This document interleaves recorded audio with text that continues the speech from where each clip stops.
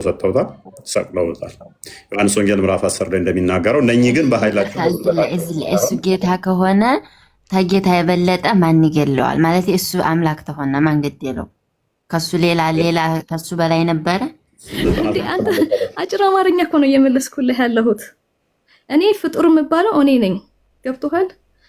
የኔ ደግሞ ቃል ንግግሬ ነው። ይዳርጎ አይደለም አንቺን የፈጠረሽ ስተናቃለሽ ንግግር ነው የሚባለው። ኢየሱስ መንፈስ ነው በስጋ እንጂ አይታይም ካላችሁ ማን ሳለው ስዕሉን መጀመሪያ? እሺ በስዕልስ እንዴት ሊታይ ይቻለ? ጎኑን በጦር ወጋው፣ ወዲያውም ደምና ውሃ ወጣ ይላል። ማን የተወጋው? ይሄ ማለት እኔ ጌታ ነኝ ማለት ነው? ወንድማችን ምንድን ነው የሚለው? እዚህ ላይ ምንድን ነው የሚለው? ጌታ አምላክ ነው የሚለው። ከዛስ እኔ ጌታ አምላካችሁ ኢየሱስ ነኝ እኔም ብቻ ተገዙ የሚል ካለ አውጣልኝ። ያ ቃል አካላዊ በስጋ ተገልጧል ብለን እናምናለን። እናንተ ደግሞ ያለ ቃል ቁርአኑ ላይ ሰፍሯል፣ እርሱም ፍጡር አይደለም ብላችሁ ታምናላችሁ። ይሄ ሆት ዲቤት ነበረ። ኢየሱስ ራሱ ቃል አይደለ እንዴ? እናንተ ራሱ የምታምኑት እኮ እኛማ እንደዛ እናምናለን። ስለዚህ ጥያቄ መጀመሪያውንም ያላህ ንግግር ፍጡር ነው እንዲያልከኝ አይደለም አልኩህ። ያላህ ንግግር ቁርአን ነው። ቁርአን ማለት ያላህ ንግግር ነው አልኩህ አይደለ?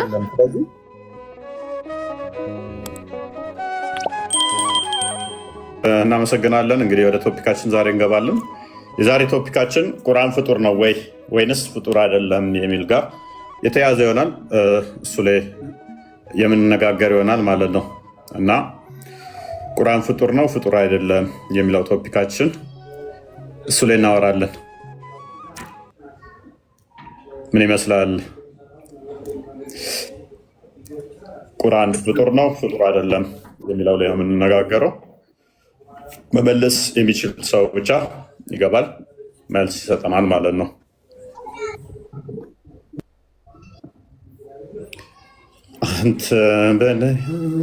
መልካምሽ አፍራሃን ተቀበላት። እታችን ገብታለች።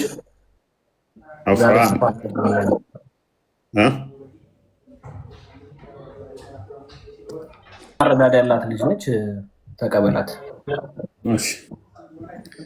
አፍራ እንዴት ነሽ? ትናንት ነበረች እኮ ትናንት ወዲያ። ሶሪ ትናንት አልከፈትኩም። ለካ ትናንት የለውም ነበር። እንኳን ደህና መጣሽ።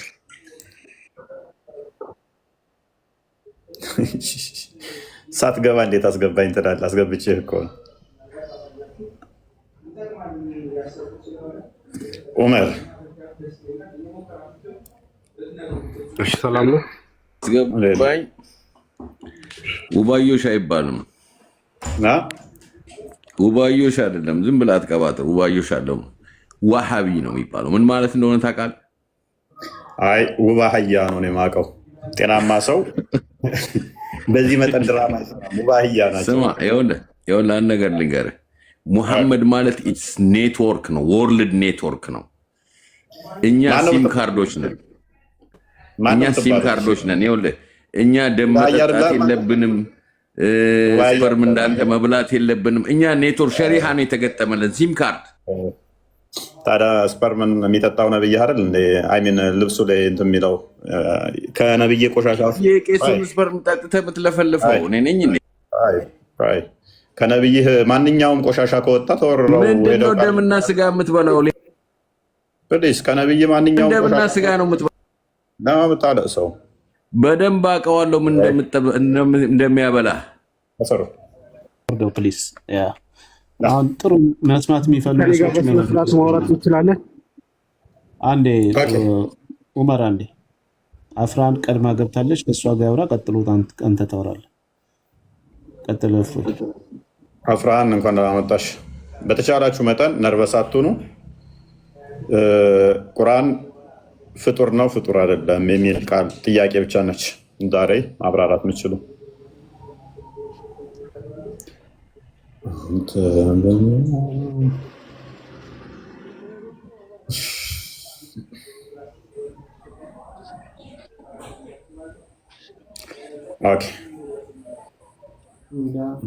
እኔ ክርስቲያኖች ለምን እንደሚሉ አይገባኝም። በቦለታቸው ገስ የሚሉ ክርስቲያኖችን ቆይ መፍትሄ አለው ለሱ ፊክስ እናደርጋለን። ችግር የለውም።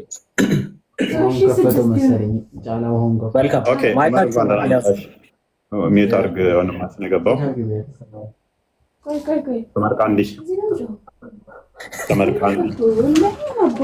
ተመርቃንዴ ሚዩት አድርግ።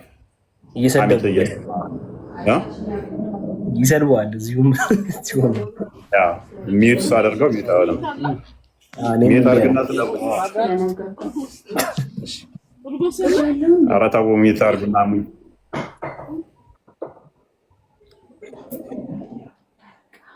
ሚዩት አድርጋችሁ ሙኝ እናንተ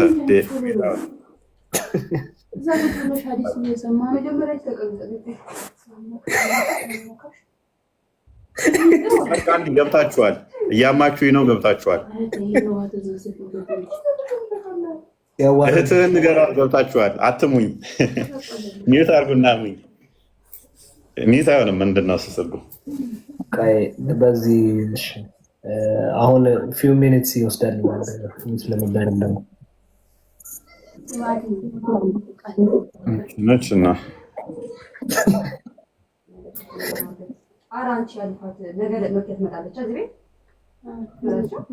ሸኛው በቃ አስወርደው።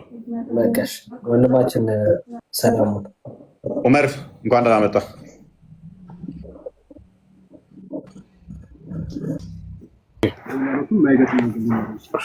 እንኳን ደህና መጣ። ይሰማል። ትንሽ ድምፅህን ከፍ አድርግ እኮ። ትንሽ ጥያቄ መጠየቅ አልችልም? ይሄን ከመለስኩልህ በኋላ ጥያቄህን ጠይቃለህ። በኋላ ላይ ቁርአን ፍጡር ነው ፍጡር አይደለም ብለህ መምጣም ነው። ፊዚካል ጽሁፉን መጽሐፉን ነው ወይስ ንግግሩን? ቁርአን ማለት ምን ማለት ነው? ቁርአን ማለት ምን ማለት ነው? ቁርአን ማለት ምን ማለት ነው? ከዛው ተነሳ። የአላህ ንግግር። ቁርአን ማለት ቁርአን የሚባለው ምኑ ነው? የአላህ ንግግር። ትንሽ ድምፅህን አስተካከል። የአላህ ንግግር ነው ቁርአን። ስለዚህ ቁርአን የሚባለው ምንድን ነው ማለት? ምንድን ነው ማለት? ቁርአን ማለት ምን ማለት ነው እኮ? ከአላህ ያወረደ ተናጋሪው አላህ ብቻ የሆነ ማለት ነው። ስለዚህ ቁርአን ማለት መጽሐፍ አይደለም ማለት ነው። እሱን አይደለም መጽሐፉንማ ላይክ ማንም ሰው እኮ የተጻፈና ላይክ ደብተሩ ፊዚካል የሆነ ፍጡር የተፈጠረ በፋብሪካ ነገር ነው። አልጠየኩም። ፍጡር ነው ፍጡር አይደለም ብዬ እሱን አልጠየኩም። ቁርአን ማለት ብዬ ነው የጠየኩ።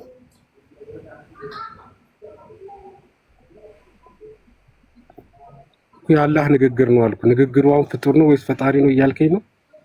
ስለዚህ አንዷ ማያ ቁርአን ትባላለች ማለት ነው። ቁርአንማ እኮ ሊትራል ስሙ ነው እንዳለ ኮምባይን ሆኖ ሲወርድ ያለው ነገር ነው ቁርአን የሚባለው። ኦኬ ቁርአን የሚባለው ምን ያህል ምንድን ነው? ምን ያህሉ አያ ወይንም ደግሞ ምን ያህል ምዕራፍ ቁርአን የሚባለው?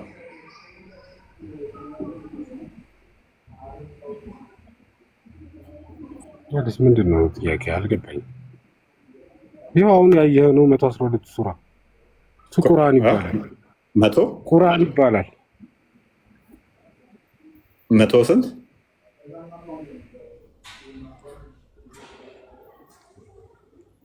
ይባላል? ምኑ እንዳለ ኮምፓይል የሆነው እንዳለ ቻፕተሮቹ። የቻፕተሩ ስም ነው ቁርአን ማለት?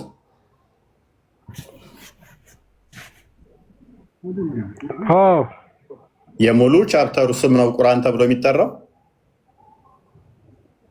ልክ እያንዳንዱም ቁርአን ይባላል። እያንዳንዱም ደግሞ ቁርአን የሚለውን ስም እኛ አይደለም የሰጠነው አላህ ራሱ ስለሆነ። ስለዚህ ቁርአን ማለት ምን ማለት ነው? እሱን አጥራና አለፋው። መሰረታዊ ጥያቄ ነው። ማንም አያጠራውን ባይዘው። ይሄን መሰረታዊ ጥያቄ ነው። አጥርታችሁ ታልፋላችሁ። ምንድን ነው መሰረታዊ ያደረገው ግን አልገባኝም። ፖይንት ራሱ መሰረታዊ ያደረገው ምንድን ነው? ቁርአን ብለን አርጊው ለማድረግ እዚህ ጋር መግባባት ስላለብን ማለት ነው እኮ። ቁርአን የአላህ ቃል ነው አልኩ። ከአላህ ውጭ ቁርአን ውስጥ ተናጋሪ የለም። ኦኬ ቁርአን ማለት ያላህ ቃል ማለት ነው። ቁርአን ማለት ያላህ ቃል ማለት ነው። ቁርአን ማለት ትርጉሙ ያላህ ቃል ማለት ነው። ነው ትርጉሙን አይደለም ያልኩ። እኔ እየጠየኩ ያለሁት እሱን ነው። እስቲ እንዲገባኝ ጥያቄ ባይብል ማለት ምን ማለት ነው ብለህ እየጠየቀኝ፣ እስቲ እንዲገባኝ ሀሳብ እንዲገባኝ ባይብል ማለት ምን ማለት ነው ብለህ ስትጠይቀኝ እስቲ ምን ብለህ ነው የምመልስልኝ? እንዲገባኝ እስቲ ምን ብለህ ነው ባይብል ማለት የምስራች ወንጌል ማለት ባይብል ደግሞ ባይብል ከሚለው አደረበኛ የመጣ ነው ብዬ እሱን አብራራልሃለሁ። ምክንያቱም ባይብልና ቁርአን ስለማይገናኝ ማለት ነው። ቁርአን የሚለው ቃሉን የጠየቅኩህ እኔ 114ቱ ነው። እያንዳንዱ ቁርአን የሚባለው ባይብል ምን ማለት ነው እኮ? እሺ ባይብል ምን ማለት ነው? እስቲ አንተ አመላለስ ይግባኝና የኔ ልመልስልህ። ባይብል ማለት አይገናኝም። እኔ ይገናኛል እኮ አላልኩም። ባይብል ማለት ምን ማለት ነው? ለምን እነግርሃለሁ። እኔ ፍጡር አይደለም ብዬ አላምነው። በመጀመሪያ ማይገናኝ ለምን ታገናኛለህ? የእግዚአብሔር ቃል አይደለም ብለህ ነው የምታምነው ባይብል አንተ? ምን አገናኘው? አይገናኝም። አይደለምም አይገናኝም። ይገናኛል እኮ ባይብል የእግዚአብሔር ቃል አይደለም ብለህ ነው የምታምነው? ቅድሚያ የራስህን መልስ። እኔም መልስልሃለሁ እኮ ይግባኝ። ምን ያህል እንዴት ነው የምትረዳው የሚለውን እኮ ሀሳብህ እንዲገባኝ አንተ እንደዚህ ነው ብዬ እንዳስብ ባይብል የእግዚአብሔር ቃል ነው ወይስ አይደለም? አይገናኝማ። ማይገናኝ አታገናኝ። እዛ ጋር ትግባል። ቁርአን በኮንፊደንስ የአላህ ቃል ነው ብዬ መለስኩልህ። አንተ መጽሐፍ ቅዱስ የእግዚአብሔር ቃል ነው ወይስ አይደለም? ከቁርአን የምትለው ምኑን ነው አልኩህ እኔ እኮ። አንተ ባይብል የምትለው ምንድን ነው? ሀሳብህን ልረዳው። ወደ አንድ ንጽጽር ነው እያደረግን ያለ ነው አይደል? ኮምፔር መደረግ እኮ አለበት አይደል? ኦኬ። አንተ እንደኔ ባይብል ነው የኔ በሰዎች ለሰዎች የተጻፈ ነው ብዬ ነው ማምነው። አንተ ቁርአንን እንደዛ ነው ብለህ ነው የምታምነው? ያው ገባኝ። ስለዚህ አይደለም። ስለዚህ ያላህ ቃል ብቻ ነው እኮ ሳታገናኘው። ስለዚህ ቁርአን የምትለው ምኑን ነው?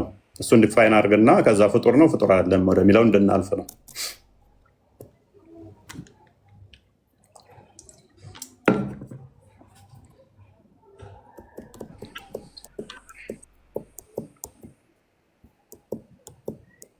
ስለዚህ ወደ ፖይንትህ ልግባ። እስካሁን ፖይንትን አላወቅኩትም። እሺ ቁርአን ስትል ስለዚህ ጥቅሉን ነው የምትለው ቁርአን ወይንስ ነጠላውን? እንስማማ። እሺ ሙሉውን በነጠላ ቁርአን ተብሎ ሊጠራ ይችላል? የአላህ ቃል ብለህ ዲፋይን ካረኮ? አዎ። ለዛ እኮ ነው ቅድም ያልኩህ የአላህ ቃል ቁርአን ምንድን ነው ስለ የአላህ ቃል አልከኝ። ስለዚህ እያንዳንዱ አያም ቁርአን ተብሎ ይጠራል ማለት ነው። ስለዚህ ጥቅሉን ነሰሰርሊ አይደለም ላይሆን ይችላል ማለት ነው። አጌን ፖይንትህ ምንድን ነው? እስካሁን ፖይንትህን እየጠበቅኩ ነው። ስለዚህ ኢች አያቶቹ ቁርአን ተብሎ ይጠራሉ ማለት ነው። ስለዚህ ስንት ቁርአን ያለው? አንድ ቁርአን ኮምፓይል የተደረገ አንድ ቁርአን ተብሎ ይጠራል ብለኸኛል እኮ። ሙሉ ይህ ጀነራል ስም ነው። አንተ አንዷን ቃል ከባይብል ነው የምጠቅስልኝ ስለ የባይብል ቃል ነው አትለኝም? የቁርአን ቃል ነው፣ ከቁርአን ውስጥ የመጣ የአላህ ቃል ነው። አሁንም አጌን ፖይንትን አልነገርከኝም። እሺ ቁርአን ፍጡር ነው ፍጡር አይደለም? ቁርአን ስትለኝ መጽሐፉ ነው ወይስ ንግግሩ ነው አሁን እያልከኝ ያለው? እስካሁን ድረስ ስለ መጽሐፍ ሳወራ ሰምተኛል። ለዚህ ነው መጽሐፍ እንዳትለኝ ነው ደጋግሜ ቁርአን ምንድን ነው እንዲህ እየጠየቁ የነበረው። አየህ አንተ ጎትተህ ወደ መጽሐፍ ውስጥ ከተኝና ግልጽ አልሆነልኝም ትላለህ። ስለ መጽሐፍ እኔ አንድ ያወርቻለሁ። አሁን ግልጽ ሆኖልኛል። ስለዚህ አሁን ግልጽ ሆኖልኛል። ስለዚህ ቁርአን የአላህ ንግግር ነው አልኩ። ስለዚህ በሌላ አባባል እየጠየቀኝ ያለው ንግግሩ ፈጣሪ ነው ወይስ ፍጡር ነው እያልከኝ ነው? እሺ አይደል? እሺ ቀጥል። ይህንን ደግሞ መልስልን። እንዳንተ አይነት ቃልና አምላክ የተለያዩ አካላት ናቸው ብዬ ባምን ይሄ ጥያቄ ትክክል ጥያቄ ነበር። እኔ ግን የቃሉ ባለቤት አላህ ነው። አላህ የአላህ ንግግር ነው ቁርአን። አላህ ደግሞ በቃሉ ይፈጥራል ብዬ ስለማምን አሁን የጠየቅከው ጥያቄ ለእኔ አይሆንም፣ ለአንተ ነው መጠየቅ የሚችለው። ምክንያቱም ቃሉና አምላክ ሁለት የተለያዩ አካል ናቸው ብለህ ስለምታምን። ቁርአን ያላህ ቃል ነው አልከኝ አይደለ? አዎ። ስለዚህ ቁርአንን ምን ብለህ ነው የምታምነው? አሁን አንተ ፍጡር ነው ምንድን ነው ብለህ ነው የምታምነው? ቅድሚያ ግልጽ አድርገው እሱን።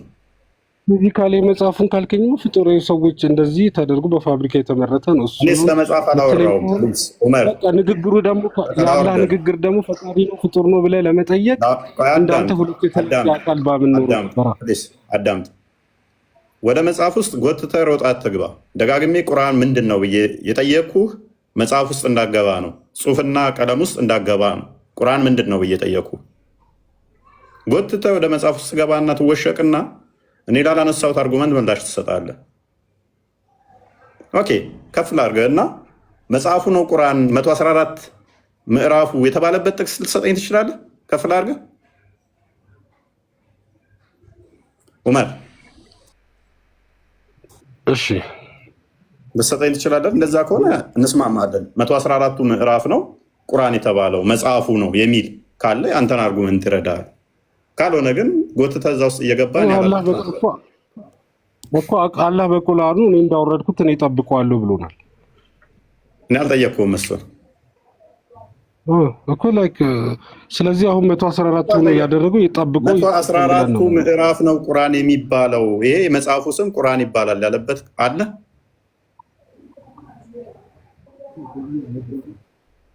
እኮ። ቁርአን እንዳወረድኩት አለ፣ እንዳወረድኩት ደግሞ እኔ እጠብቀዋለሁ አለ። ይበላ ሱራ 15:9 ነው የምጠቅሰው። ማዝቆ አይደለም እፍ ሁሉ ጊዜ ሰው ጊዜ ከምትፈጅ አንተ የምታስበው እስላም ከስር ሆነ ታብታብ አትደናቆሩ። ቢያንስ አርጉመንቱ ይግባችሁ እያልኩት ያለሁት ጥያቄን በደንብ ስሙ። እኔ ስለ መጽሐፍ እያወራው አይደለም፣ ስለ ቁርአን ነው እያወራው ያለሁት። ቁርአን መጽሐፍ እና ቁርአንን ለዩ። የተጻፈ ነገር አይደለም እየጠየቅኩ ያለሁት፣ ቁርአን የሚለውን ቃል ነው እየጠየቅኩ ያለሁት። አርጉመንቱን በደንብ ተረዱ። ከዛ በኋላ ወደ ምላሽ ትመጣላችሁ። ረድዋን ሰላም ነው? ደህና ይሰማል? አስቀድሜ ልንገርህ፣ ስለ መጽሐፍ አላወራውም። ስለ ጽሁፍ ነገር ስለሚጻፈው የወረቀት ላይ ስላለው አይደለም እያወራ ያለሁት፣ ስለ ቁርአን ነው እያወራ ያለሁት። ቁርአን የተባለው ከተጻፈ በኋላ አይደለም አለ ረድዋን። አንተ የምታወራ ሁሉ ነገር ተረት ተረት ነው፣ ቁም ነገር የሌለ ነገር ውስጥ የምታወራ። አንድ የመሐመድ አስተምሮ ተረት ተረት መሆኑን ስለነገርከን እናመሰግናለን። ቁጭ ብለህ ከስራ አዳምጥ። ጆይን ይላሉ። እፎይ እንኳን ደህና መጣህ። እንኳን ደህና ቆየኸኝ ወንድሜ። እንዴት ነህ? መስገን ነው። ሙስሊም ነህ? አልመስልም። ስሜን ስታየው በድር ይላል። አላወቅሁም። እሺ በድሪ በስነ ስርዓት በድሪ ይላል። መልካም ቀጥልሽ ወንድሜ። እሺ ቁርአን ፍጡር ነው ብለህ ቁርአን ፍጡር ነው ብለህ ታምናለህ? ቁርአን ፍጡር ነው ማለት ምን አይነት ጥያቄ ነው ይሄ? እኮ የሚሆነ ግልጽ የሆነ ጥያቄ አይደለም። ሌላ የተሻለ ጥያቄ ካለ ጠይቀኝ። እንዴት ነው ግልጽ ያለው ነው? ምን አይነት ነገር ነው? ቁርአን ፍጡር ነው ፍጡር አይደለም ማለት ምንድን ነው ብለህ ነው የምታምነው? ቁርአን የአላህ ቃል ነው። ኦኬ የአላህ ቃል ነው ስትል ምን ማለት ነው? ምን እያልከው ነው? ቁርአን የአላህ ቃል ነው ስትል ምን እያልከው? ከፈጣሪ የወረደ በረሱል በመልእክተኛ በሰለላሁ ዐለይሂ ወሰለም የወረደ ለእሳቸው የተወረደ ከዛ በኋላ አንድ ላይ ኮምፓይል የተደረገ ማለት ነው። እሺ ኮምፓይል ሲደረግ ነው ቁርአን የተባለው ወይንስ ኮምፓይል ከመደረጉም በፊት ቁርአን ተብሎ ይጠራል? ቁርአን ሙሉ አንድ ላይ ቁርአን ነው የሚባለው። ይኸውልህ ቁርአን ይባላል። ውስጡ ያሉት ደግሞ አያዎች ይባላሉ። አንቀጾች፣ ምዕራፎች ማለት ነው ውስጥ ያሉት ደግሞ። ስለዚህ ኮምፓይል ከመደረጉ በፊት ቁርአን አይባልም ማለት ነው? ለምን ይባላል እንጂ የቁርአን አያ አንተ መጽሐፍ ቅዱስን ስትገልጸው ምን ብለህ ነው የምትገልጸው? ኮምፓይል ከተደረገ በኋላ ነው ቁርአን ተብሎ የሚጠራው? እንዳለ ሙሉ አንድ ነው። አንድነት ነው ቁርአን ተብሎ የሚጠራው? አንድነት ያ። ኦኬ ከዛ በፊትስ? ከዛ በፊትም ቁርአን ነው የሚባለው። ስለዚህ በተናጥልም ቁርአን ተብሎ ይጠራል ማለት ነው። በተናጥልም አንድ ላይም ቁርአን ተብሎ ይጠራል። ከዛ 114 ቁርአን አለ ልትለኝ ነው? አይደለም። እንደዚህ አይነት ላይም ጥያቄ አልጠይቅም። ያንን የጠየቅኩት ለምንድን ነው? እሱ ልጁ የሄደበት መንገድ ትክክል ስላልሆነ ላሳየው ነው። ኤኒዌይስ ስለዚህ በተናጥልም ያለ ቃል ነው ብለህ ካመንክ ቁርአን ተብሎ ይጠራል። ሁሉም ያለ ቃል በጥቅልም ደግሞ ቁርአን ተብሎ ይጠራል።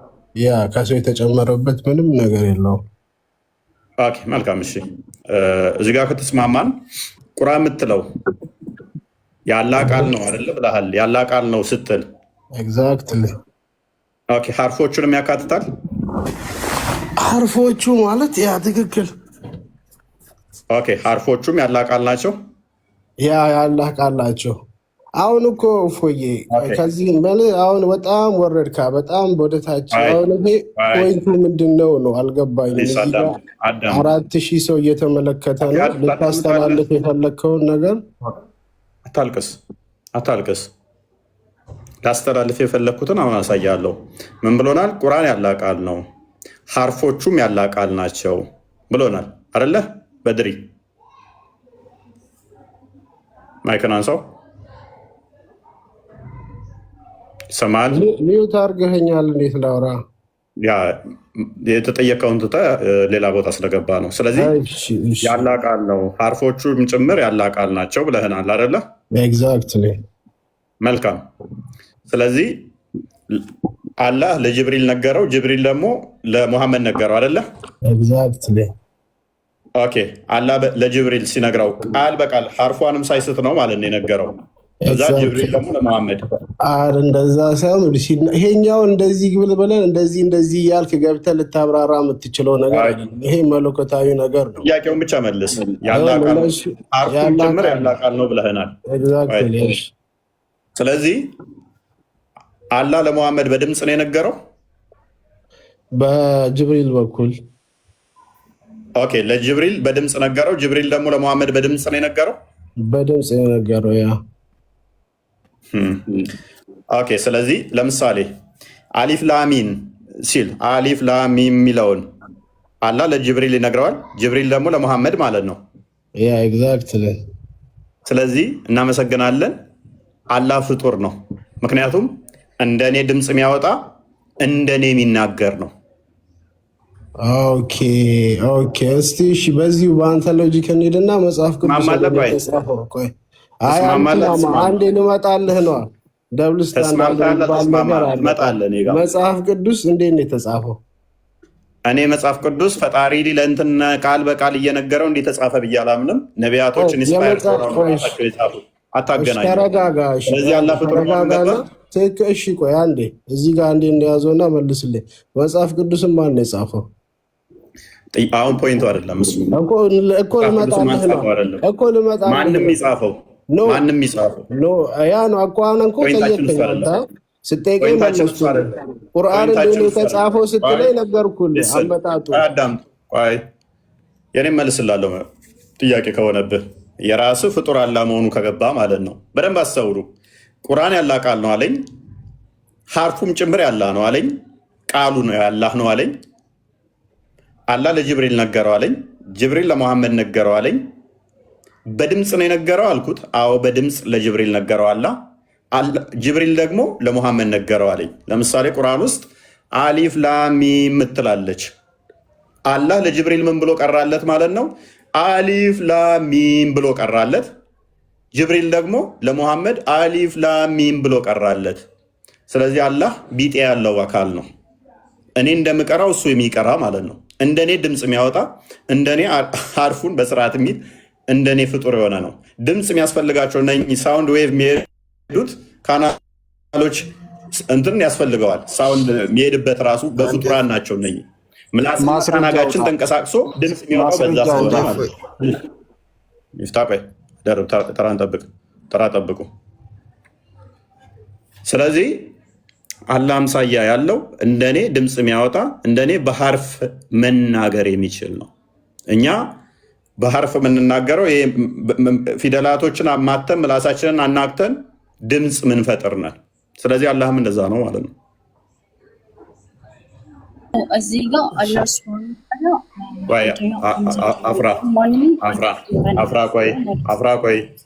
አፍራ ቅድም ጠርቼሽ ነበር። ተራ ጠብቂ። በድሪ ጨርስ። በድሪ ሚዩት ነው እያወራ ከሆነ ኢንቫይት አድርገው። ሚዩት እያረከን እኮ ማውራት አቃተን። ምንድን ነው? ቀጥል። ሚዩት እያረከኝ ነው። ይኸውልህ ቆይ እሺ፣ አንዴ በአንተ ልምጣለህ። መጽሐፍ ቅዱስን ማን ነው የጻፈው? ራስን ቻልና መልስ።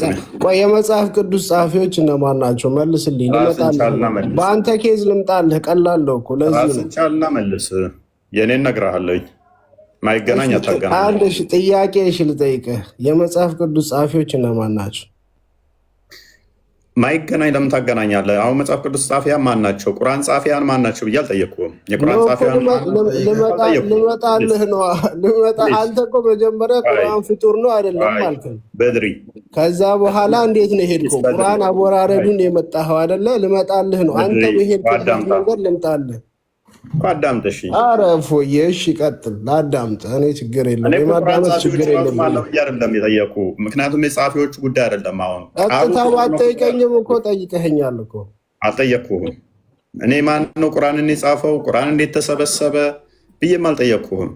ጠየቅ እኮ ቁርአን አወራረዱን ሲጠይቀኝ እንዴት ነው የወረደው ማለት እኮ ኦልሬዲ ዩ ኖ ኢት ማን እንደሆነ የቁርአን ጸሐፊ አይደለም።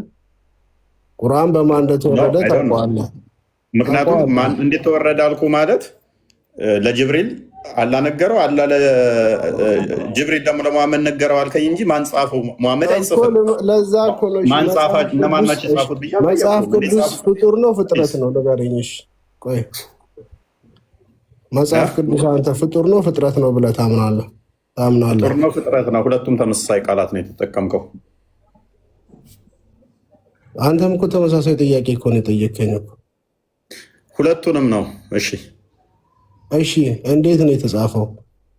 ምክንያቱም ፍጡር ነው ፍጥረት ነው። አይደን ነው ፖይንት ምን እንድትል ፈልገህ እንደሆነ ለጠየቅኩት አሁን። እሺ መጽሐፍ ቅዱስ እንዴት ነው የተጻፈው? እሱን ንገረኝ አንተ። በዚሁ ለእኔም ለጀነራል ኖሌጅ እንዲገባኝ ስለማላቅ አንድ ሰው መጥቶ መጽሐፍ ቅዱስ እንዴት ነው የተጻፈው ብሎ ሲጠይቅ አንድ የማያውቅ ሰው ስለ ክርስትና ምን ብለህ ነው የምትመልስለት? እንደዚህ መልስልኝ። ለምን ያኛውን እንያዘ ለመሰለ ሶሪ አንዴ ሶሪ ስለ ቁርአን ሞር ዲቴሉ አወራረዱ እንዴት እንደሆነ እሱን ሞር ከኔ የበለጠ የሚያውቁ ሰዎች ስላሉ ጠይቄ ተመልሼ በመጣ ይሻላል። ዲቴል ከማውቀው ነገር ላይ ማላውቀው ነገር ላይ ከማወራ። ግን አንተ እስቲ ስለ መጽሐፍ ቅዱስ ንገረኝ አይሻልም? መጽሐፍ ቅዱስ እኛ ማባር ማለት ነው።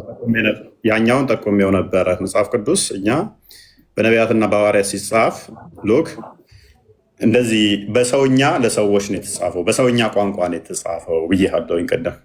በደንብ አልተረዳ ይሆናል እንጂ በሰውኛ ነው የተጻፈው። ያዩትን የሰሙትን ሲጽፉ በሰውኛ ነው የተጻፈው። ስለዚህ በሰውኛ እንጂ አንዴ አሚኖ አንዴ ቆይ፣ እነማን ናቸው የጻፉት? እነማን እንዴት ልበልህ? ምክንያቱም አራቱ አሁን ለምሳሌ አላቸው አይደል? ለምሳሌ ማቴዎስ ወንጌል አለ፣ ሉቃስ ወንጌል አለ፣ ማርቆስ ወንጌል አለ፣ ዮሐንስ ወንጌል አለ፣ የጳውሎስ መልእክቶች አሉ፣ የጴጥሮስ መልእክት አለ፣ የጀምስ ያዕቆብ አለ፣ የይሁዳ አለ፣ የዮሐንስ ሶሪ የኢሳያስ ጋር ስትሄድ፣ የእምባቆም ጋር ስትሄድ፣ ኤርሚያስ ጋር ስትሄድ፣ ሙሴ ጋር ስትሄድ፣ ዳዊት ጋር ስትሄድ፣ ሰለሞን ጋር ስትሄድ ብዙ ነው። ከኛ የእያንዳንዱ ነቢያት አስተምሮ ጽሁፎቻቸውም አለ። ስለዚህ ማን ነው ስትል አንድ ሰው አይደለም። እነዚህ ሰዎች በአንድ ዘመን ላይ በአንድ ቦታ የኖሩ ሰዎች ናቸው። በተለያየ ዘመን ላይ የኖሩ የተለያየ ሀገር ላይ የኖሩ የተለያየ ቋንቋ የሚያወሩ ከሐዋርያቶቹ በስተቀር እነኛዎቹ አብዛኞቹ በተለያየ ዘመን ላይ የኖሩ ናቸው። በተለያየ ቋንቋ የሚያወሩ ሰዎች ፖይንቱ ምንም የሚገናኝ አይደለም። ፖይንቱ ልመጣልህ ነው እኮ የተለያዩ ቋንቋ የሚያወሩ ሰዎች አይደል? አሁን ጂሰስ ኢየሱስ ምን ነበር የሚያወራው ቋንቋ የዛን ጊዜ በዛ ዘመን? ነንሴንስ የሆነ ነገር ውስጥ ገባ። ሰዎቹ ተለያዩ አልተለያዩ ምንም የሚገናኝ ነገር አይደለም። የእኛ ጥያቄ የማይረባ ውስጥ የገባው ነንሴንስ ራሱ የተደረገው የሚያወራ ሰው ከስር ሆነ ታብታብ እያደረግህ ትማራለህ። እኛ ፈጣሪ እንደዚህ ሀ የምትባለውን ፍጡር ያልሆነች ከዛ እንደዚህ ይዞ ይመጣና ጅብሪል እንደዚህ ተላለፈ ብለን አናምንም። አካላዊ ቃል የፈጣሪ አንድ ነው፣ እርሱም ወልድ በስጋ የተገለጠው ነው። የፈጣሪ አካላዊ ቃል ፍጡር ያልሆነ የእግዚአብሔር አብ ቃሉ በስጋ የተገለጠው እርሱም ወልድ ክርስቶስ ነው። እሱ አካላዊ ሎጎስ አካላዊ ነው። ነቢያቶች ግን የተናገሩት የጻፉት ፈጣሪ ያናገራቸው ቦርፎሪኮን ይባላል። እርሱ ፍጡር ነው፣ አካላዊ አይደለም። ዝርው ቃል ነው። ዝርው ቃል ተብሎ ይጠራል። ወይንም ከነቢያት ጋር ኮሚኒኬት ያደረገበት ቦርፎሪኮን ይባላል። እናንተ ግን እኛ አካላዊ ቃል በስጋ ተገለጠ፣ እሱ ክርስቶስ ነው፣ ኢየሱስ ነው እንላለን። እናንተ ደግሞ የአላህ ፍጡር ያልሆነ ቃል ቁርአን ነው ብላችሁ ታምናላችሁ። እኛ የእግዚአብሔር ፍጡር ያልሆነ ቃል አካላዊ ቃል ኢየሱስ ነው ብለን እናምናለን። ምንለያየው እዛ ጋር ነው። እናንተ ቁርአን ነው ብላችሁ ታምናላችሁ፣ የአላህን ቃል ፍጡር አይደለም ብላችሁ ታምናላችሁ። እኛ ደግሞ ክርስቶስ ነው በስጋ የተገለጠው እርሱ ቃል ነው ብለን እናምናለን። ኤኒዌይስ አፍራ አሁን መቀጠል ትችያለሽ።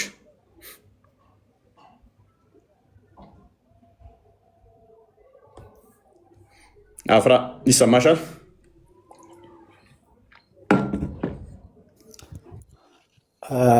እኔ ልናገር? እሺ ቀጥል። እሺ እንዴት ነሽ ወገኔ? ሰላም። ይህን የመሰለ ፂም እያለ አንቺ አይከብድም? አረ እፎይ አላስጨረስከኝም እኮ እፎዬ።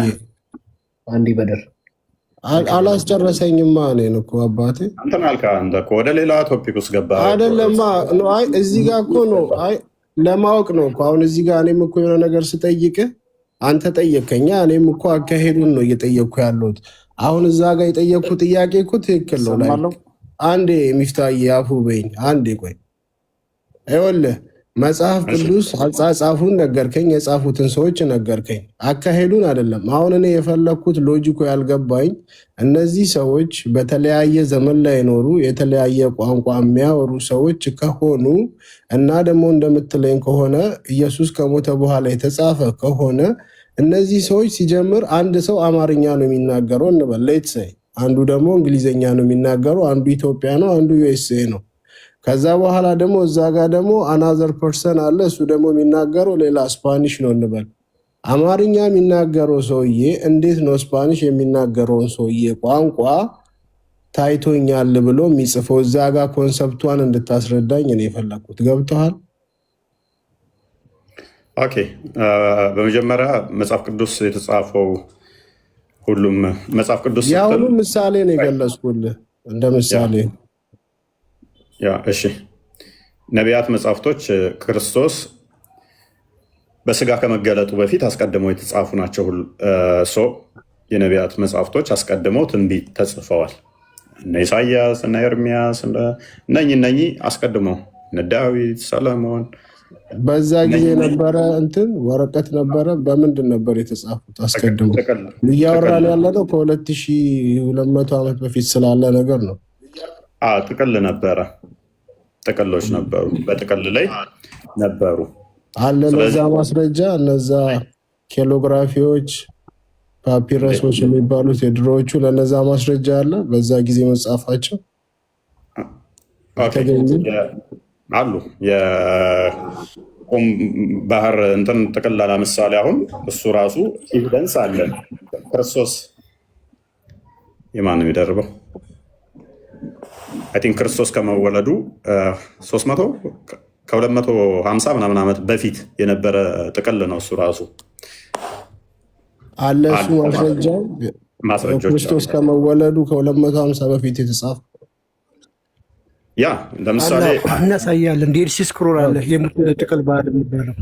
ኦኬ እሺ፣ ቃልኝ ዕብራውያን ምዕራፍ 10ን አንዴ ክፈተው። ክርስቶስ እንትና ዕብራውያን ምዕራፍ 7ን አንዴ ክፈተው። አይ ዶንት ኖ ለምን ይህንኛው ጥያቄ ሆኖ እንደተነሳብህም አልገባኝም። ምክንያቱም ሱራ 1931 ላይ ባልሳሳት ኢሳ ራሱ ጥበብና መጽሐፍትን እንደተማረ ቁርአኑም ይናገራል። የተማረው መጽሐፍ አስቀድሞ የነበረን ነው። ገባኝ እኮ ሶሪ፣ ወደዚህ የመጣሁበት ምክንያት አሁን ስትነግረኝ የመጽሐፍ ቅዱስ ጸሐፊዎች ብለህ ወደ 7-8 በላይ ሰው ነገርከኝ፣ ዘረዘርክልኝ። ማርቆስ፣ ሉቃስ እያልክ ማለት ነው። እነዛ ሰዎች ደግሞ አንድ ቦታና አንድ ቋንቋ ይናገሩ ወይ ነበር ብዬ ስጠይቅ በአንድ ዘመን አልኖሩም፣ አንድ ቋንቋ አይናገሩም አልከኝ። ከዛ ኢየሱስ የሚናገረው ቋንቋ ደግሞ ጠየቅኩ።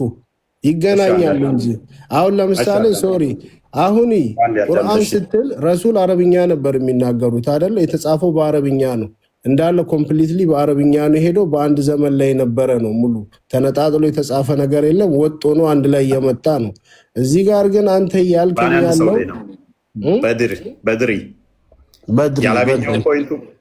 ፖይንቱን ያላገኘው እንዴት እንደሆነ ታውቃለህ? ቁርአን አንድ አካል ነው። እኛ ነብይ ነው መሐመድ ብለን ባናምን እንኳን አንተ በምታምነው ነብይ ነው ብለህ ታምናለህ። ነብይ ነው ብለህ የምታምነው የአንድ ሰው መጽሐፍ ነው ቁርአን። እኛ ይኸውልህ ይኸውን ጥቅሉ አስቀድሞ እንዳለ ነው። ነቢያቶች ሙሴ በነበረበት ሰዓት እነ ዳዊት አልነበሩ። ይተላለፋል ማለት ነው። ዳዊት መጣ። ዳዊት የሰለሞን አባት ነው። ዳዊት ነብይ ነው አይደለ? እንዳንተ ዳዊት የሱሌማን አባት ልጅ አለው። የልጁ መጽሐፍ ይቀጥላል ማለት ነው። እያለ ይቀጥላል። ሰክሴሽን አለው ማለት ነው። ይሄዳል እንደዚህ እስከማድረስ እስከ ክርስቶስ እስከመጣበት ድረስ የነቢያቶች መጽሐፍቶች ሁሉ አለን እኛ። ሱራ 4 136 እንክፈትለት። እናንተም በነቢያቶቹና በመጽሐፍቶቹ እመኑ ተብላችኋል። በደንብ አስተውል። በነቢያቶቹና ሉክ አንድንም ሳትለይ በመጽሐፍቶቹና በነቢያቶቹ እመን ተብለሃል። አንተ ግን የምታምነው በአንድ ነቢይ ብቻ ነው፣ በአንድ ነቢይ መጽሐፍ። እኛ ግን የነቢያቶቹ ሁሉ መጽሐፍ አለ። ኦኬ እኮ መጣህልኝ እኮ ፖይንት አዳምጠኝ። ነቢያቶች ሁሉም ደግሞ ተሰብስበው አንድ ዘመን ላይ አንድ እድሜ ላይ አይደለም ያሉት። ዳዊትና ሰለሞን ለምሳሌ ሱሌማንና ዳውድ አንዴ ሊገኙ አይችሉም። አባትና ልጅ አባት ልጅን ይበልጣልና። ስለዚህ ለምን አንድ ቀን አንድ ዘመን ላይ አይኖሩም ማለት ይሄ በጣም ደካማ አርጉመንት ነው የሚሆነው። ስለዚህ የነቢያቶቹ መጽሐፍቶች አዳምጠኝ። ይሄ የምትለው እሺ፣ ቀጥል ጨርስ። የነቢያቶቹ መጽሐፍቶች እድሜያቸው አንዱ ከአንዱ ይለያያል። የተጻፉበት ዘመን ይለያያል። በሂብሩና በግሪክ ነው የተጻፉት። አዲስ ኪዳን በኮኔ ግሪክ ነው ሞር። ስለዚህ ሞር ይኸው ምንድነው እሱ አንድ ዘመን ላይ ያለመሆናቸው፣ አንድ ቀን ላይ ያለመሆናቸው ከአንተ ከቁርአን ጋር ምን አገናኘ? አንተ አንድ ሰው መጽሐፍ ነው፣ የአንድ ሰው መጽሐፍ። የእኛ ግን የአንድ አይደለም፣ የነቢያቶች ሁሉ መጽሐፍ ስለሆነ ነው። ሰለሞን አለ፣ የዳዊት ስትል ዳዊት አለ። አንድነት ገባኝ። ይኸውልህ የቁርአን እዚህ ጋር የሚለየው ከፖይንቱ ጋር ምን አገናኘው? እሺ ልምጣልህ፣ ልመልስልህ ጠቅላላ አድርጌ አሁን ላወራኸው ቁርአን። አሁን አንተ ላልካቸው ከመጀመሪያ ጀምሮ ከአደም ጀምሮ ትመጣለህ እስከ ኢሳ አለ። ኢሳ ላይ ነው ልዩነቱ የሚመጣው አይደለ? እናንተ ኢየሱስ የምትሉት ነው። ከዛ በፊት ልነግርህ ነው። እሺ ኢንጀነራል እንሂድ። በድሪ አንደኛ ከርዕሱ ወጥተናል። እሺ ልመልስልህ ነው። አሁን ከረሱል በፊት ቁርአን የወረደላቸው አሉ። ለዳውድ ድቡር አለ፣ ኢንጅል አለ፣ ተውራት አለ። ልመጣልህ ነው። እነዚህ ሁሉም አንድ ላይ ተጠቃሎ መጨረሻ ላይ ፋይናሊ በቁርአን ስር ነው የገባው። ሁሉም አንድ ላይ ነው። ስለዚህ ያስከው አንተ የመሐመድን መጽሐፍ ነው። በቃ የመሐመድ መጽሐፍ አይደለም።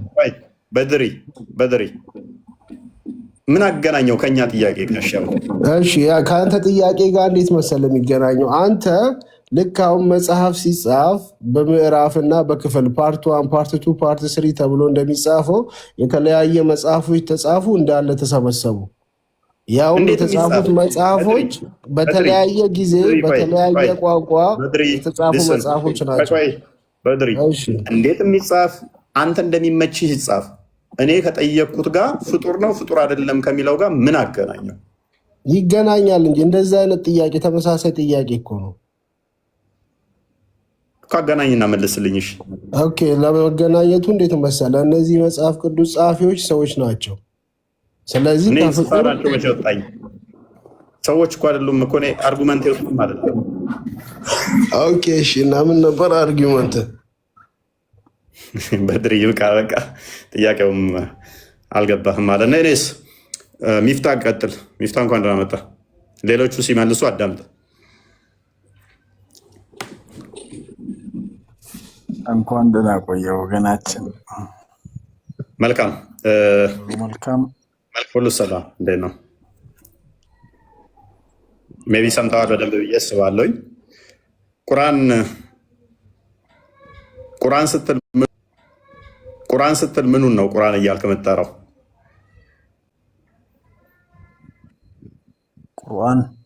ቁርአን ብለን የምንጠራው ያው ንግግሩን ነው። ንግግሩን ስትል ሙሉ ምዕራፉን ነው ወይንስ እያንዳንዱም አያቶቹ ቁርአን ተብለው ይጠራሉ? ሁሉም ቁርአን ተብሎ ነው የሚጠሩት። አንዱ ሐርፍ ሳትቀር ማለት ነው። ኦኬ፣ ሐርፉ ጭምር ቁርአን ተብላ ትጠራለች። ጥሩ። ስለዚህ ቁርአን ፍጡር ነው ፍጡር አይደለም? ቁርአን ከላሙ ረህማን ነው፣ የዓለማቱ ጌታ የአላህ ንግግር ነው። ኦኬ፣ ሐርፉሳ? አሊፉን ሐርፉን፣ ላሙን ሐርፉን፣ ወሚሙን ሐርፉን፣ ሁሉም የአላህ ንግግር ነው። ስለዚህ አላህ ለመናገር ሐርፍ ያስፈልገዋል ማለት ነው። ሐርፍ ማለት በነገራችን ላይ የንግግሩ ዘይቤ ነው፣ ያነጋገሩ ማለት ነው። ኦኬ፣ እስቲ አሁን ለምሳሌ አሊፍ ላሚምን እንዴት ነው የተናገረው? አሊፍ ላሚም የሚለው ይሄ አልተተረጎመም። ምን ለማለት እንደፈለገ አላህ ብቻ ነው የሚያውቀው። ስለዚህ ትርጉም አልባ ቃላትም ተናግሯል ማለት ነው። ትርጉም አልባ ሳይሆን ትርጉሙን አንድ አላህ ብቻ ነው የሚያውቀው፣ አልገለጸልንም። ካላወቅኩት ምን ይሰራልኛል? ቁርአን ግልጽና የተብራራ ነው ይላል አይደለ? በትክክል ግልጽና የተብራራ ነው። ቁርአን ግልጽና የተብራራው ነው አወረድኩት ካለኝ በኋላ ትርጉሙን አላህ ብቻ ነው የሚያውቀው ካልከኝ ለምን ለኔ ይነግረኛል ማላውቀውን ነገር? የቱ ጋ ነው ያልተብራራው? አሊፍ ላም ሚም አልተብራራም አልከኝ እኮ አንተ ራስህ። አብራራለሁ። ትርጉሙን አንድ አላህ ብቻ ነው የሚያውቀው። ምን ለማለት እንደፈለገ እሱ ራሱ ነው የሚያውቀው ማለት ማብራራት መሰለኝ። ትርጉሙን ጋር ምን ብለህ ነው ያብራራልኝ? አላህ ነው የሚያውቀው መብራራት ነው። ትርጉሙን አገር እንደፈለገ እዛ ጋር ነገረህ እኮ ነገረህ። እሺ ቁርአን ግልጽና የተብራራ ነው ካልከኝ በኋላ አሊፍ ላም ሚም ምንድን ነው ስል ትርጉሙን አላህ ነው የሚያውቀው ክላሽ ያደርጋል። ኤኒዌይስ ለማለት እንደፈለገ ምን ለማለት እንደፈለገ እኮ ምን ማለት እንደፈለገ ማናውቀው ከሆነ አስቀድሞ ለምን ይነግረኛል? እኔን ግራ ለማጋባት ወይንም ደግሞ ነው ግራ ለማጋባት ሳይሆን ወይንም እንደዚህ አይነት በዛ ዘመን የነበሩት አረቦች በስነ ጽሁፍና በንግግር በጣም ረቂቆች ነበሩ። ገብተዋል።